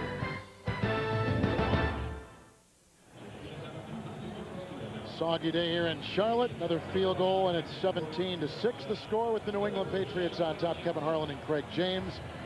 The Patriots have scored on special teams. The Patriots have scored on defense. They have not scored a touchdown on offense. They do have a field goal. That's why in the AFC, any team who can get to the dance has a chance. You know, there's no dominant team. Pittsburgh right now, the Steelers. You know, nobody has a dominant team that you would say, hey, they're a layup to go to the Super Bowl. So just getting to the dance with all the bullets that these teams have in themselves must be addressed if you're going to go to the Super Bowl. Patrick pass inside the 15-yard line. Hurdles his body past the 35 and up to the 37. 26-yard return. We saw pass holding his shoulder a couple series ago, but looks to be Hale and Hardy now back in there for New England. Patriots have had 2 touchdowns called back today because of penalties. Nonetheless, leading 17-6. Carolina has lost 14 consecutive games. If they lose today, they'll set an all-time NFL record for consecutive losses. After the kickoff from the 37, 1st and 10. And a gain of a yard on the play as they run the dive with Antoine Smith. 6'2", 230 pounds. He's big, and there's a familiar number 32 he has on as well. Yeah, absolutely. I've talked to Antoine a couple weeks ago. I said, hey, I'm happy for you. You know, I'm kind of pulling for that number you got wearing around there. A little legacy going on. He said, I hear you, Craig. 2nd down, 9 at the 38. Fake to Smith. Outside it goes to Troy Brown, who's drilled by Hitchcock at the 46. Close to a 1st down. But probably shy by a bit. And I sure like that. I like the way they run. Charlie Weiss, the offensive coordinator, has done a remarkable job this year of just keeping this team focused. You know, his offensive group comes out. They have formation changes. They've done a wonderful job of helping Tom Brady to understand what's going on out there, what they're trying to accomplish. Both Charlie Weiss and Romeo Crennel will be candidates. They'll be mentioned a lot when these head coaching jobs come over. 1st down, they gave him a great spot beyond the 47. And Smith again cracking his way up to the 49 and a gain of 2. Off the pile, and Brenson Buckner is the bottom of it. Take a look at Smith. 2nd down and 8. You know, oddly enough, New England has a lot of success running to their left side of the line. And they really haven't done that today. Brinson Buckner's broken through and has penetration over there, so been thrown off a little bit from what their normal success is. 2nd down and 8. Smith remains in the backfield. A pass right on the money, caught by Troy Brown. Angling to the 34 and belted on the play by Lester Towns. A gain of 17 yards and a Patriot 1st down. Yeah, you know what, this guy Troy Brown, and this is why he's an alternate to the Pro Bowl this year. He drives hard, a good, precise, crisp route coming inside. And Troy and Tom Brady setting back, setting his feet, throwing the football like he says, hey, I don't see any problem with this game. If you know where you're going with the football, you're decisive, just step back, let your feet drop, boom, and throw it hard. He just made his 100th reception right there. 1st and 10. Patriots at the Carolina 34. And they go to Edwards, who is pulled down by Al Lucas and Chris Slade. Gain of 2. Chris Slade played with the Patriots from '93 through last season. Joined Carolina as a free agent after training camp began. A very familiar name and figure of Chris Slade for New England fans. Going from what was a building playoff team to what is now the worst team along with Detroit in the NFL. 2nd down 8 from the 32. Pitch out to Smith, a block by Edwards, a block by Brown, and there he goes, galloping for a touchdown.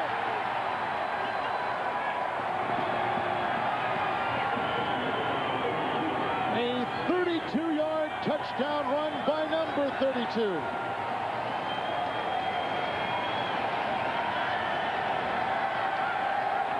Yeah, there's that run into the left side.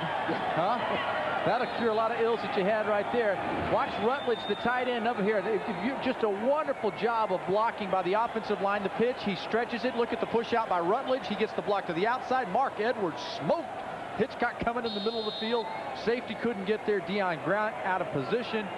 Antoine Smith to the left side. That's where that success comes, and it's weird because it's more normal you're running to the right side. And the offense finally gets on the board in terms of a touchdown. And Antoine Smith runs in for his 12th touchdown of the year. It should be his 2nd of the day. That's going back to last season, going back to his last game with the Buffalo Bills, and to today. 12 for the New England Patriots on the ground this season. For Antoine Smith, Saturday CBS Sports hoops it up with doubleheader excitement beginning at 1 p.m. Eastern. There are the games. 10 top 25 teams lost yesterday in college basketball. And those are the 10. Oklahoma State getting beat at home. Yeah, Texas did it without Chris Owens. Right, exactly. Out for the year. Virginia losing to NC State, so those some of the teams that fell yesterday in the top 25. Look at Antoine Smith, who had a career high 156 yards against Miami 2 weeks ago. Hey, Bees, you know what? We were getting ready to talk about how they would lost the timing in the running game, but that little run right there may opened up something, huh? You know what? It really did. And yeah, his speed is shocking for a big man. You know, standing here about 10 yards away from him, watching him accelerate was impressive. Vinatieri with the kickoff for New England, going short. And Smith inside the 25. Fumble on the play, it's loose, and the Patriots have recovered at the 34.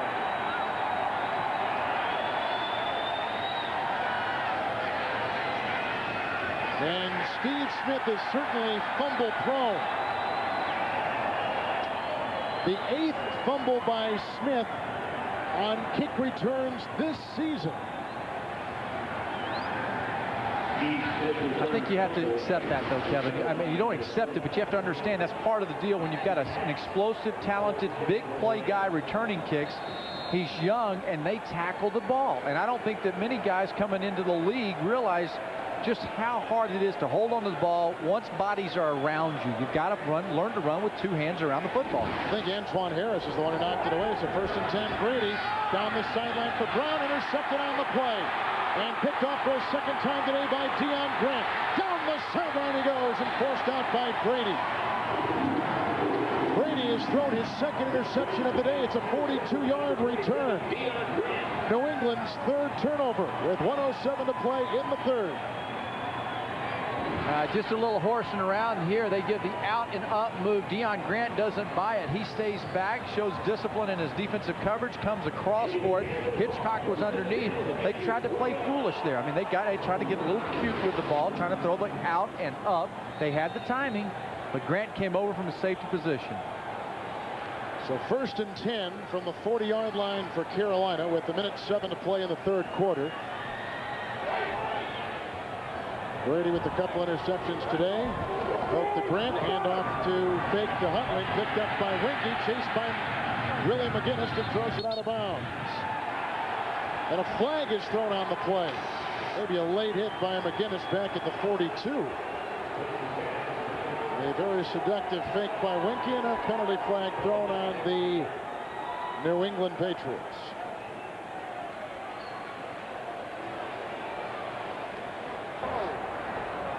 Personal foul. Unnecessary roughness. Number 55. New England went low at the quarterback after the pass was gone. First down. There he is. He's over here. Look at him. He's hustling. He's hump time. Coming backside. Tremendous effort. Oh, yeah. Yeah, that's man, that's a bad. You know what? That's a fine right there, I bet you. Because that's a hit from going down low. Going for his knee. Yeah, that's not good. They'll review that in New York. 25-yard line, 1st and 10 for Chris Winky. Fake to Huntley, and a dart down the middle, drops by fullback Brad Hooper. Incomplete, 2nd down and 10 as we join Jim Nantz in our studios in New York.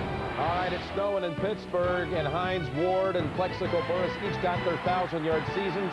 First tandem in Pittsburgh history to do so, same season. So Bobby Shaw now gets into the act with a touchdown from Tommy Maddox. 21-7 Steelers in the fourth. Let's go back to you. Thank you, Jim. A overtime loss to Cincinnati last week for Pittsburgh. They needed the win going into the playoffs today. 2nd down and 10 on the 25. Winky the pitch to Huntley, who wants to throw. Pulls it back in. Fumble on the play. And did Richard Seymour get it? New England has it. Back and forth the turnovers go. Carolina has 4 turnovers today.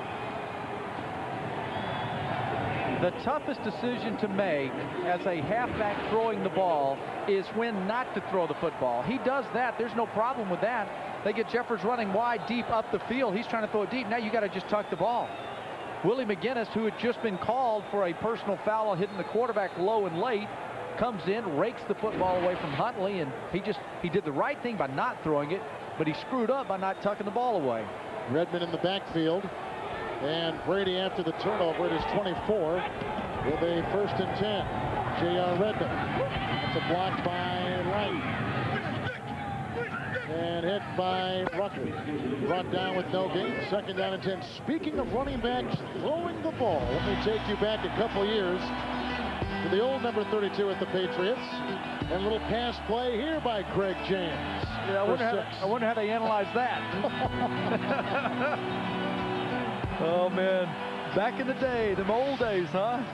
Yeah, you look good. Oh, my you look young. Yeah. Man, you have aged very badly. You know what, Kelly? You're just making me feel good, huh? 2nd down and 10. Redmond pounding his way up to the 26. That'll take us to the end of the third quarter. It's a lot of mistakes by Carolina and by New England. But the Patriots on top. They've scored on special teams, defense, and offense today.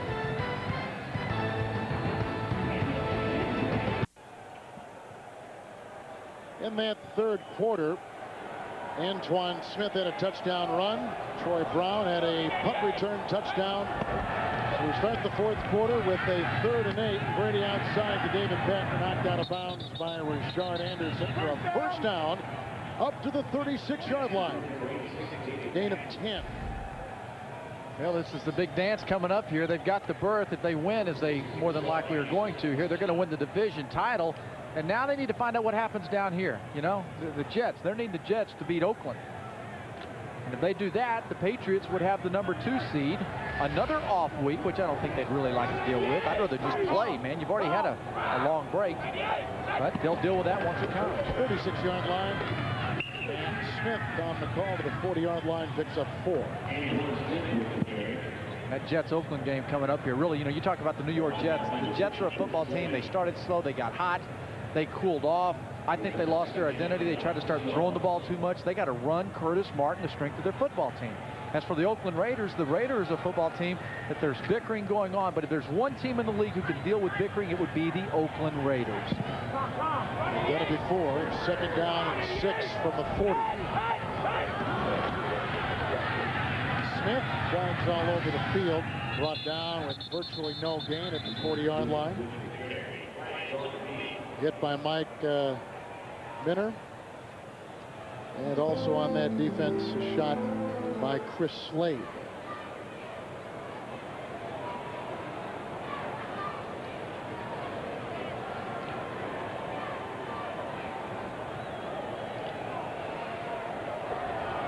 Offsides, number 71 defense. It's a 5-yard penalty. This will be short of a first down or remain 2nd down.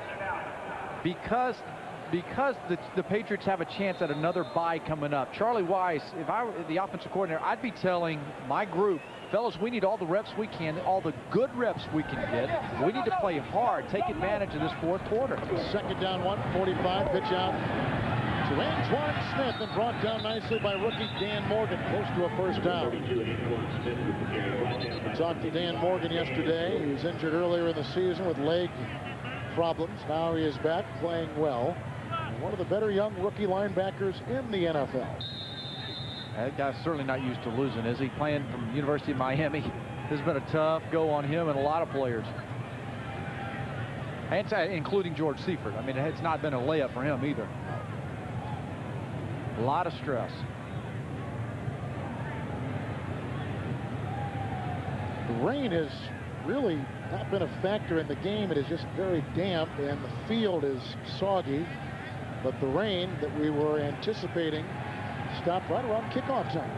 Yeah, and you know what? And that's why there are a lot of fans just didn't come. They were staying at home off the streets. They were under winter weather advisory / warning for the Charlotte area. And so just a lot of people didn't feel safe enough to come to the game. It may be tough to sell these people to renew season tickets, Craig, with the same staff and Seifert and everything else. That's why it's running rampant around here that Steve Spurrier is the guy they'd like to have. They do get a first down at the 46-yard line. Hand off to J.R. Redmond. Brought down again by Mike Minner. One on the play, nudging it up to the 47-yard line. 2nd down and about 9. Beasley, you buy that? I mean, that Charlie Weiss needs to be telling his guys to play hard and take advantage of this workout? Yeah, there's no doubt about it. I mean, they need to hit a pace, a rhythm, all of those days off. Depending on whether or not they get a few more days off, they need to establish something right here. 2nd down 9 with Brady inside his own 47. Pitch out to Redmond, a block from Edwards. A little hole there before Doug Evans makes the stop. And a gain of 6-7 yards on the play. They'll be inside the 48, close to the 47. A lot of just grinding it out. You played on a team like, not as bad as Carolina, but on a team like this where your last game of the season, nothing to play for whatsoever, maybe except your job for next year. And the game's changed so much now. You have players on the field auditioning for free agency. You have others who are young just trying to improve so they can be on the team next year. I was a competitor, man, and if you're in the NFL, most of the guys are out here competitive, and they're playing hard regardless of the situation. Shy of the 47, 3rd down and 3. Redmond and Edwards in the backfield, winding up Brady down the sideline, looking for Patton. It's incomplete at the 5. Covered on the play by Mike Minner. And the New England Patriots will have to punt. Man, I want you to watch how fast this guy is. David Patton, watch how he gets down and runs just right past him. I mean, you better turn and run and get after it. This football team lost Terry Glenn, a very talented receiver. They lost him in all practical purposes. I mean, he's around and could play, but Patton and Brown stepped up and made plays this year. Waldo just about had that block by Casey Crawford. Fair caught at the 9 by Smith, 38-yard boot, and a timeout.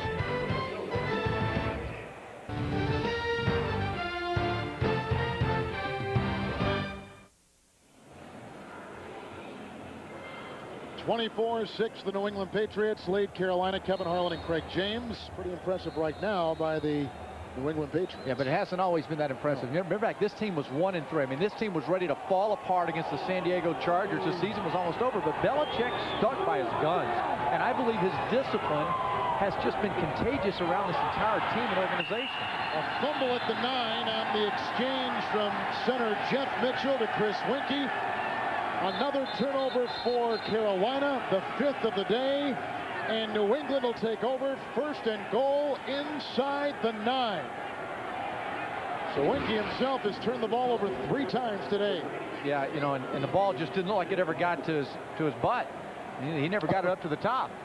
And when it's going bad, it's going bad. And Parker comes up to the fumble recovery. Seifert has never had to deal with something like this. You know, this is a miserable, certainly doesn't help his cause for the future here with Carolina. 2 weeks in a row, the old egg comes out. Just inside the 9, 1st and goal for the New England Patriots. Fake to Smith, Brady to the end zone, no one home. Looked like Hitchcock and Brown were jousting at the front. 2nd down and goal. Right, and again, here's another one of those examples of how your quarterback doesn't hurt you, doesn't beat the football team. He loses his wide receiver. Troy Brown's up top, comes in, slips on the turf. And when he slips, he just throws the ball away. What the heck? Don't make a bad move, bad decision. Live to throw it one more time. Antoine Smith remains in the backfield. 2nd down, goal at the 9. Smith slowed down a little bit by rough gain of 4. And he slithers to the 5. Not much slither to that. He slipped off the ground. Yeah, I mean, that was a bull. 81 yards. 81. Including a 32-yard touchdown run by Antoine Smith. You saw those numbers there when they get inside the red zone. The Patriots have been successful, and they wanted to improve on that. And Antoine Smith, a big reason behind a lot of that success. 3rd down, goal at the 5. Rutledge in motion, the fake to Smith, Brady to the end zone, caught for a touchdown by Jermaine Wiggins. His 4th touchdown reception of the year. And you're looking at the coach and at the team that has just won the AFC Eastern Division. Yeah, you know what? Watch how he comes out here. He's going to go, he leaks, he slides, he falls down. Brady still stays with him, comes up, Wiggins for the touchdown, and Brady's like a big kid, man. He comes into the meeting, he's got his baseball cap on backwards, just smiling, listening to us finish up with Brian Cox. Happy to be there. Vinatieri. Patriots taking care of business. The NFL on CBS is sponsored by Wendy's Super Value Menu. The best 99 cents you can spend. The Home Depot, driving down the cost of home improvement. And by Nextel. Nextel, how business gets done. Patriots have a season-high 5 takeaways. They just got a touchdown pass from Brady. Here's a little chip shot by Vinatieri, which is picked up on the side by tight end Luther Brunt, who takes it by midfield and to the New England 44. A 26-yard return by the lumbering tight end. Short kickoff by Vinatieri on purpose and returned by the tight end, brought up to the 44-yard line of New England. Swanky, 1st down and 10. Blitz is on, passes away. And it is caught by Steve Smith, who goes busting his way inside the 35, close to a 1st down, near the 34. A lot of things now on the plate for the New England Patriots after today. You know, one of the decisions they're going to have to make is what are they going to do with Drew Bledsoe? He's got a big contract. They got 2 talented players now that have proven that that they can both win. He's got 2 Pro Bowl quarterbacks on his roster, so this is going to be a very interesting offseason for the Patriots, but one that has a lot of upside. Second down 1 for Hayes inside the 5. Incomplete coverage applied by Otis Smith. The thing about Bledsoe, there's been talk that they may, of course, put him on the expansion list, and they could completely wipe out his contract by making him available in the expansion draft. Yeah, you know, and when you talk about what he means to a team, this guy's a young quarterback. He's proven that he can do it and he can win. He got hurt and beat up quite often because he didn't have the running game that Antoine Smith has right now. So somebody out there is going to really benefit from having a guy like Drew Bledsoe with his character and integrity on the team. He'll be 30 in February. 3rd down and 1 from the 34 for Winky. Here comes Otis Smith, and there comes a sack. That's the 2nd today by New England. And Otis Smith with his 4th career sack, his 2nd of the season. Yeah, Smith's going to come from way up here on the top side, coming off the corner, and he just keeps coming. You know, he just keeps coming. And again, that's one of those that came late. And because he was so late in coming, they just didn't know Otis Smith was over there. And so Winky just not being aware, the timing of the ball, it had to be gone. Everybody wants to get rid of the football under 3 seconds. You want 2.9, 2.8. I guarantee you that was 3.2, 3.3, 3.4 before he let go or got sacked there. 4th and 7 from the 41. Blitz is on again. Here comes Lawyer Malloy. Nice deceptive move by Winky.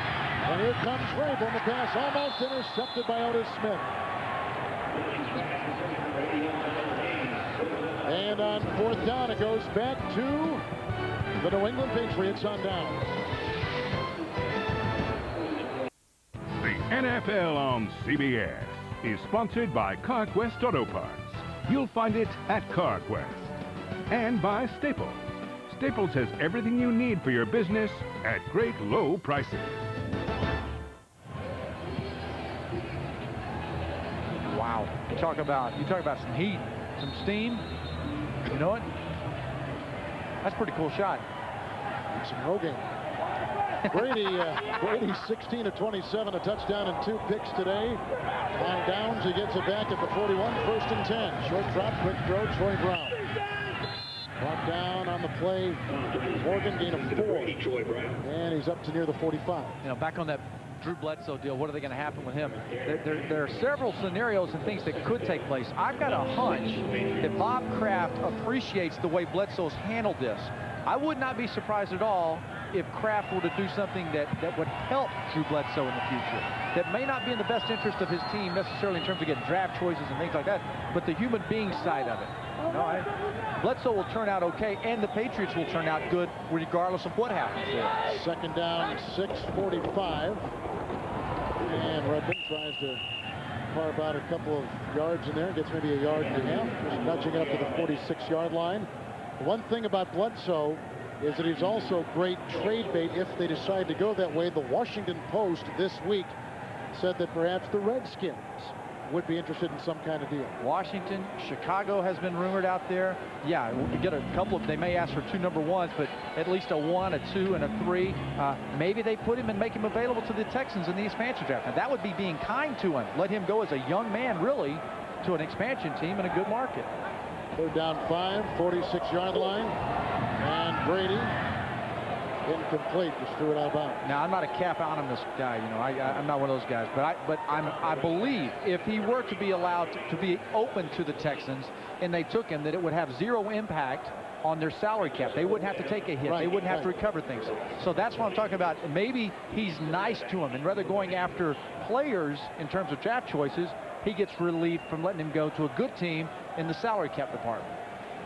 But there's got to be some emotional tugging as well. He's taken you to a Super Bowl. He's a 3-time Pro Bowler. He's been the model citizen. Oh, yeah. No doubt about it. He's taken so many hits on the field for this franchise. It's a very difficult decision to make.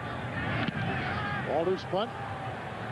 And Smith up into the fog. Looks and grabs it at the 18. Grabbed by Tabucky Jones and thrown down. Patrick Pass assisted on the play, but Tabucky Jones was the guy. 37-yard punt. Tonight on 60 Minutes, while security experts are reasonably certain they can protect the Winter Olympics in Salt Lake City from terror attack, They'll tell 60 Minutes that they are not too sure that they can say the same thing about Athens when the Summer Olympics are held there in 2.5 years. Tonight on 60 Minutes, plus Max Bickford and entrapment. All tonight on CBS. 17-yard line after the New England punt. 1st and 10. Winky across the middle. It's his tight end, Mangum, tackled immediately on the play by Lawyer Malloy at about the 25 and a gain of 7. 2nd down and 3. There's another one of those guys we haven't talked a whole lot about today, but Lawyer Malloy, another Pro Bowl trip for him. Just a tremendous work ethic and attitude. I'm telling you, the Patriots have a whole lot of upside in this organization. 2nd down, 3, incomplete. 3rd down and 3. So, almost picked off on the play by Matt Stevens. The flag is down back at about the 13.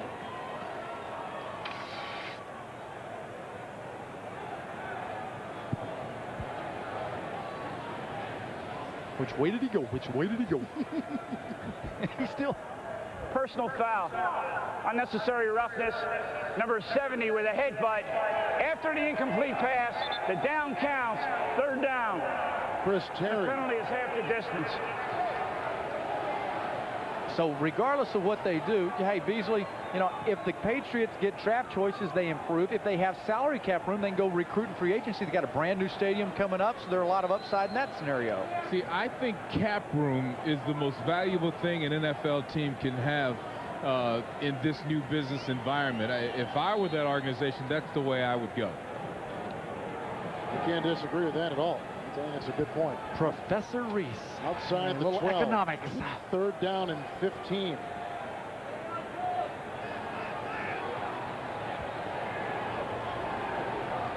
Winky. Great time. Low pass. Uncatchable. Incomplete for Steve Smith.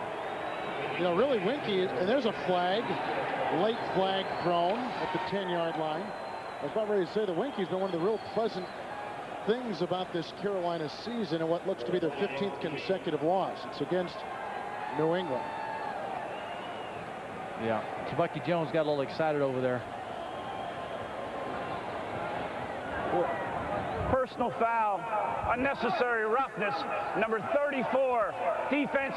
It's a 15-yard penalty. It's an automatic 1st down. Former running back at Syracuse and 1st-round pick by New England. And, Bill Belichick told us last night he's had a great month and a half of football. Hey, we went from the... Lobbying's over with, fellas. Play ball. It's gotten foggier as this game has gone on, too. I don't know if you can tell it on your screen, but I know that we can see it right here. And some of the buildings that are just over the rim, downtown Charlotte, just over the rim of the stadium, we can't see anymore. They're shrouded in fog. You are awesome, Mr. Webster. Well, it's our first and only time we're going to see the New England Patriots, Craig, you and I this year. And there's a team right there, Chicago, blasting away. We may see New England, Chicago down the road. 1st down and 10 for Winky. Throws a pass caught by Jeffers and drilled on the play by Lawyer Malloy. Jeffers' first reception of the day, making his first start today since 1999. Well, how have these Patriots been built? They've had some success doing a lot of different things, but you look at the number of starters they picked up since the 31st of May. Those are impressive when you can get that many guys back on your team that late in the offseason. 2nd down, 7, 31-yard line. Winky with time. Here comes Vrabel. He dodges him, and he throws a pass to Hoover, which is incomplete in the coverage by Roman Pfeiffer. It'll be 3rd down and 7. Has there been a team, or is there a team right now, and has there been a team this year that has done a better job in rebuilding, working around the cap than Belichick and the Patriots have done with more important type players? Getting Edwards, getting Smith, getting Pfeiffer. I mean, right on down the line. You're all absolutely right. And the fact that Belichick has molded them, brought them together this soon. That's what takes usually the longest time, is to get the chemistry going. 3rd and 7, 31. Blitz is on. Here comes Winky. Blitz is picked up. Steve Smith has it. And Terrell Buckley with flags all over the field. Buckley was covering on the play. It's a 19-yard gain on 3rd and 7 as it stands right now. 6:40 to play. Patriots on the verge of their first divisional championship in 4 years.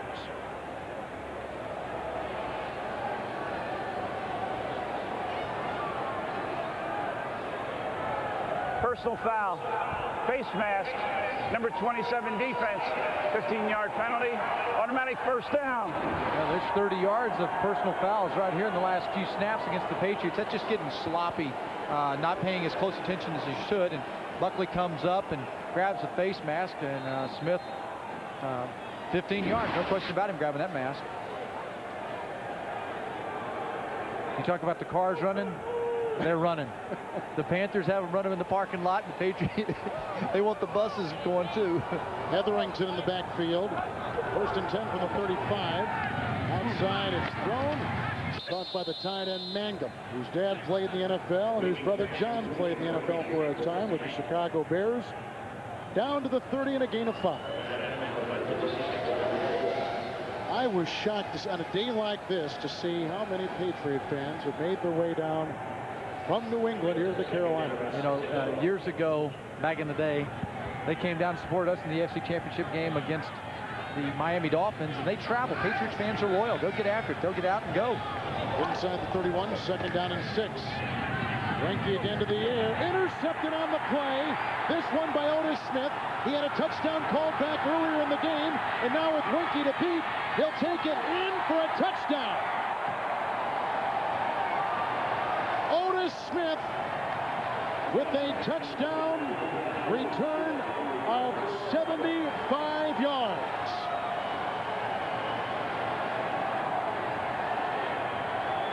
And behind Peyton Manning, no quarterback has thrown more interceptions for touchdowns than rookie Chris Weinke. Yeah, Hayes drives, goes up the field. This is a long throw across the field. That's that cover 2 that all day has hounded, absolutely destroyed Chris Weinke. They roll, that corner rolls. Beasley's taught us well in these meetings. They roll out of there, come right back into the flat into coverage and picked it off. That's happened 3 times that we know of right now on interceptions today. That could be his 2nd touchdown. Had the first one not been called back on an interception. And Vinatieri's extra point is in.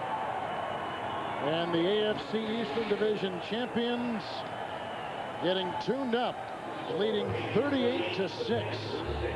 And now all their eyes, as you see the takeaways this season, and today 6 of them to add to that total. All eyes for Patriot fans coming up next on CBS as the Jets take on the Oakland Raiders in Oakland, and the Buffalo Bills will battle the Miami Dolphins. Yeah, you know, you talk this game right here, there's a whole lot of meaning on the line now for both of those teams, especially the Raiders. Raiders have to win now to get the number 2 seed, or else the Patriots are going to be number 2. Buffalo is an up-and-coming team. I mean, they're an up-and-coming team, and Bob Kraft's going to have a team like the Bills to deal with down the road. Both of these teams moving up. But he's done a great job. Bob Kraft just came out, and he's just, the decision he made last year to stick with Belichick, and then this year starting out 1-3 and down on the ropes against San Diego right there at the end. They hung in there.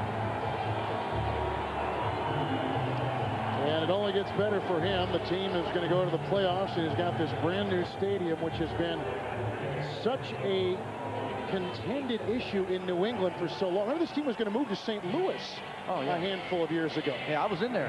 You know, and I thought I may be going there or Orlando or there, all kinds of rumors.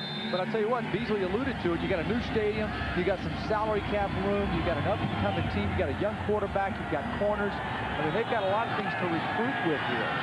Smith from about the 5 in the Vinatieri kickoff, and brought down on the play by J.R. Redmond, the reserve running back, up near the 30-yard line, a 25-yard return. A lot of scenarios for the New England Patriots coming into today. 32 separate possibilities for New England. There's the division title, the win part of it. Okay, now, you know, when they talk about this first-round bye down here, here's what needs to happen. They've won. Oakland needs to lose.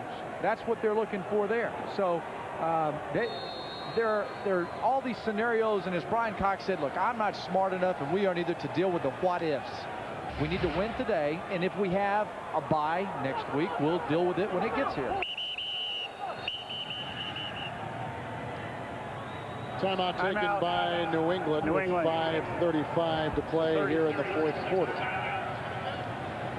And Carolina will set an NFL record with today's loss, the 15th of their 2001-2002 regular season. No team in the history of the NFL, and there's some pretty poor teams there, especially Tampa Bay and New Orleans, have lost that many straight. They won the opening game. Yeah, they won the opening game of the season, you may recall, in Minnesota against the Vikings. Chris Weinke making his first NFL start, and in that game, a rookie, Steve Smith, returned the opening kickoff of the season, 90-plus yards for a touchdown. You know that George Seifert was thinking, you know, this is exactly what I thought would happen. I think you know that there's two things here in this business, your heart and your head. You know, my heart says I'm pulling for George Seifert because I like him, you know, but realistically, there needs to be a change here, and I don't think this is the kind of blow-off game that that he can endure. If he has a meeting that's coming up with the owners about this, I can't see how they can overlook the last two games. Huntley with the run of 8. Gerard Cherry made the stop up near the 37. Well, there is probably not a more decorated head coach in the history of the NFL than George Seifert during his days in San Francisco. And he was the very smart hire here 2 years ago, 3 years ago. Second down and 2. Huntley, again, jetting back and forth. Terrence Shaw makes the stop. Gain of 6 up near the 45. He's been in the Super Bowl. They won all those division titles in the NFC West while at San Francisco. He's accomplished a lot. Yeah, that right there, that's the drainer, and that's kind of how they judge you. What have you done for me lately? He's lost basically 2 out of every 3 games he's coached here in Charlotte from the 45, 1st and 10. Weinke with time over Hamilton, throws downfield, caught for the tight end for the second time today. Mangum grabbed by Shaw near the 44, and he does have the first down. Following the game and throughout the week, log on to NFL.com to get the latest playoff schedule and analysis from the experts. It's all at NFL.com or AOL keyword NFL.com. 44-yard line. It has been a brilliant season, especially after the way it began. 6th consecutive win on deck for New England. 1st and 10, Weinke slings a pass downfield to the 38, incomplete. And going again for the tight end Mangum, who was covered on the play by Gerard Cherry. 4:21 to play. Well, and you kind of look ahead now. You start projecting what's going to happen in the playoffs, and kind of focus for a moment on the AFC. You've got to be able to stop the run, period. Pittsburgh can run the football. Right now, you know, hey, Bees, you'd have to say the Patriots, they can't stop the run. They're pretty inept at that at this moment. 2nd down and 10. Fake to Huntley. Time for Weinke. Hit as he throws, incomplete. Bobby Hamilton came in and knocked his cocked hand astray. Bees? Yeah, Craig, I agree with your point about them stopping the run. That's got to be concern number 1. That is the first thing you have to be able to do to be successful as a football team, and especially going into the playoffs. They're going to play all of the great teams. That's what they'll face over the next few weeks, so they've got to get that straight. Yeah, you know what, and they've shown the ability in the red zone to do some things and turn it over. They've had some interceptions today and returned those, but stopping the run is a must. 171 yards today by Carolina. 3rd down, 10. Over McGinnis. The pass is thrown by Weinke and caught at the 42-yard line by Nick Goings. And over there he had Seymour along with Gerard Cherry making the stop. Gain of 2. Under 4 to play. A lot of timeouts for both teams, but I doubt they're going to be used much. And indeed, George Seifert has let go. Craig, do you think he'll coach again in the NFL? Well, I know when he was working with us at CBS on the NFL Today that George enjoyed his time off. I remember him being happy and doing some sightseeing and vacationing and enjoying the water in his boating. I can't imagine that he'd want to get back into the ruckus. 4th and 8. Someone's offside. Is that Riddick Parker? It was. There go the flags. Here comes Parker. Here comes McGinnis, knocking the ball away. And it's loose. It's still like the Keystone Cops out there, and the ball's down at about the 45. But the play was blown, the whistles heard, and the flags thrown. It has gotten colder here, too, as the day has gone on. Oh, come on. Stop whining. Colder. Well, I mean, you can see the breath of the players now, whereas before the game you couldn't. Oh. I'm just telling you what I'm seeing. Oh. Offsides. Number 97 defense. It's a 5-yard penalty. Remains 4th down. 4th down and 3 to be exact, down at the 37. As you take a look at Riddick Parker, a former Seattle Seahawk and a guy who did not play last week. Another one of those free agent pickups that Bill Belichick lured in to New England. And their defensive ends have been playing good this year. They've got great depth at linebacker, good corners, good safeties. You know, Tabucky Jones is finally coming into being a consistent, hard, smart football player in the NFL. 4th and 3, 37-yard line, dropped pass, incomplete, and on downs it goes back to New England. That was dropped by Steve Smith, who has fumbled today.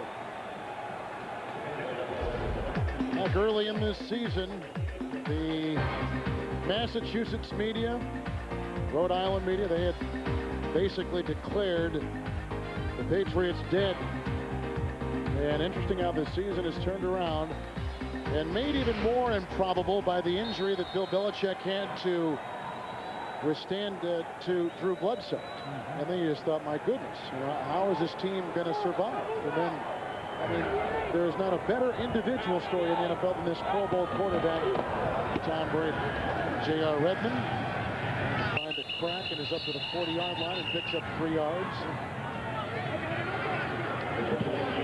But what is interesting about the lack of recognition the Patriots have received this year, get this, New England had a couple of Pro Bowlers. They have fewer Pro Bowlers than the now 1-15 Carolina Panthers. Panthers had 3, and New England had 2. And of the 10 teams that have clinched a playoff berth, only New England and Miami had 2 apiece. That's amazing. That's why the Pro Bowl voting really is, there's a problem there. There was also some kind of poll conducted about the top 10 by the fans online, top 10 quarterbacks, and he wasn't even in the top 10. 2nd down and 7 handoff from the 40-yard line, and a gain of 2 on the play by J.R. Redmond. Well, one of the ways that you get recognition is in the playoffs. There's no way around that. So he'll have his shot at getting a little fame coming his way. And they definitely, as odd as it sounds, will be pulling for the New York Jets coming up here in a little bit on CBS. And they will not be sticking around to watch. They're going to get on that plane and get home. 38-6, the Patriots, the AFC Eastern Division champions at the 2-minute warning. In Carolina with the owner of the New England Patriots, Mr. Kraft, Mr. Robert Kraft. Congratulations. That would be the first to say on this championship. This is great. This is really great. The most amazing thing is to see so many of our fans here supporting this team. It's just unbelievable. They've been here all day, an hour before the game started, and it's really cool that we could clinch the division. Now, what can you say about the job that your head coach did this year? So many distractions. He held strong to his beliefs, and you're seeing the benefits. Well, he's a solid planner. He does his homework. He works very hard. He stays with his plan, and he's someone I have a lot of confidence in and think very highly of. Probably one of his biggest decisions this year was to stay with Tom Brady, and Drew Bledsoe setting really as a true gentleman on the side and still helping out. Is one of the finest young men in this country. The NFL is lucky to have him as part of this great game we have, and he's conducted himself beautifully. Bill's decision-making in all football matters has been top drawer. Are you going to speak to the team after the game? I'm going to let Bill handle that. I'm going to just try to enjoy this. It's a special moment. And you're a special man. Congratulations. Nice to Hey, you know, uh-oh, look out. It's going to get a lot colder now for Bill Belichick. Oh. Oh, that had force, too. It did. That was pounding. And it was a direct hit. Yeah. Sometimes it hits on the back. Glances up. Yeah, but this one was right on top and right down. Oh, I think he'll take it, though. Oh, he'll take it, yes. You know? Very sweet win, very sweet season. 6th consecutive win is 1:07 away. Winky pitches out to Nick Goings. He's belted out of bounds by Brian Cox. Terrence Shaw. No gain on the play. Tonight on 60 Minutes, while security experts are reasonably certain they can protect the Winter Olympics in Salt Lake, 60 Minutes will tell you they're not too sure they can do the same thing about Athens when the Summer Olympics are held there 2.5 years from now. That's tonight on 60 Minutes. You heard that vote of confidence there by Bob Kraft. Normally when a coach gets that vote of confidence, you get worried, but I think this one here, you're safe to say that Bill Belichick definitely has the confidence of his own. 2nd down and 10. Goings again. Going up to the 39. And I've enjoyed working with you this year. I have too. It's been a fun year. We've had a good time together, and I think it's nice and apropos that the team that you used to play for is our final game of the season. And you watch him clinch a division championship here today in Charlotte. Yeah, it's been fun. It was a good homecoming. Some of my old teammates here on the sidelines today, and so it was fun for me to come out and watch them play. But I've enjoyed our group working with you and Beasley. We got a great group of guys that like to eat as much as I like to eat. And that is worth watching. 3rd down and 4. 22 seconds to play. Our producer all season long, Bob Dekas, and our director, Mark Grant. Special thanks to Brian Lilly and Andy Kaplan, Kevin Little. There's so many people back there that have done such a great job. Technical manager Rick Godwin. Our coordinating producer of CBS Sports, Harold Bryant. Senior producer of the NFL Today, Eric Mann. Director Bob Matina. And the executive producers of the NFL on CBS, Sean McManus and Terry Ewards.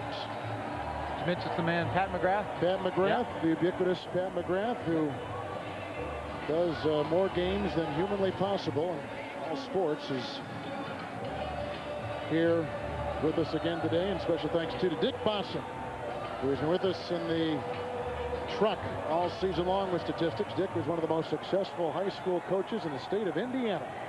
And we are lucky enough to have him each and every week here on CBS. Helping us put the stats together. 3rd down and 4. Pitch out to Goings, a block from Hetherington, the former Yale quarterback, and Goings is all the way to the 45-yard line. Gain of 16 on the play, and that should do it. The regular season has come to a close.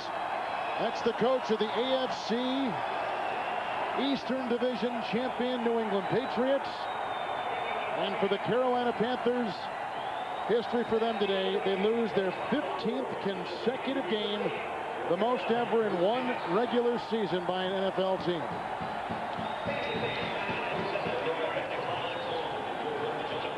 And you take a look at the owner, Bob Kraft, as he welcomes his team through the tunnel. Craig, a real pleasure. Hey, Happy New Year. Look forward to it next season. Our congratulations to the New England Patriots. For Beasley Reese and Craig James, Kevin Harlan saying so long from Charlotte, North Carolina.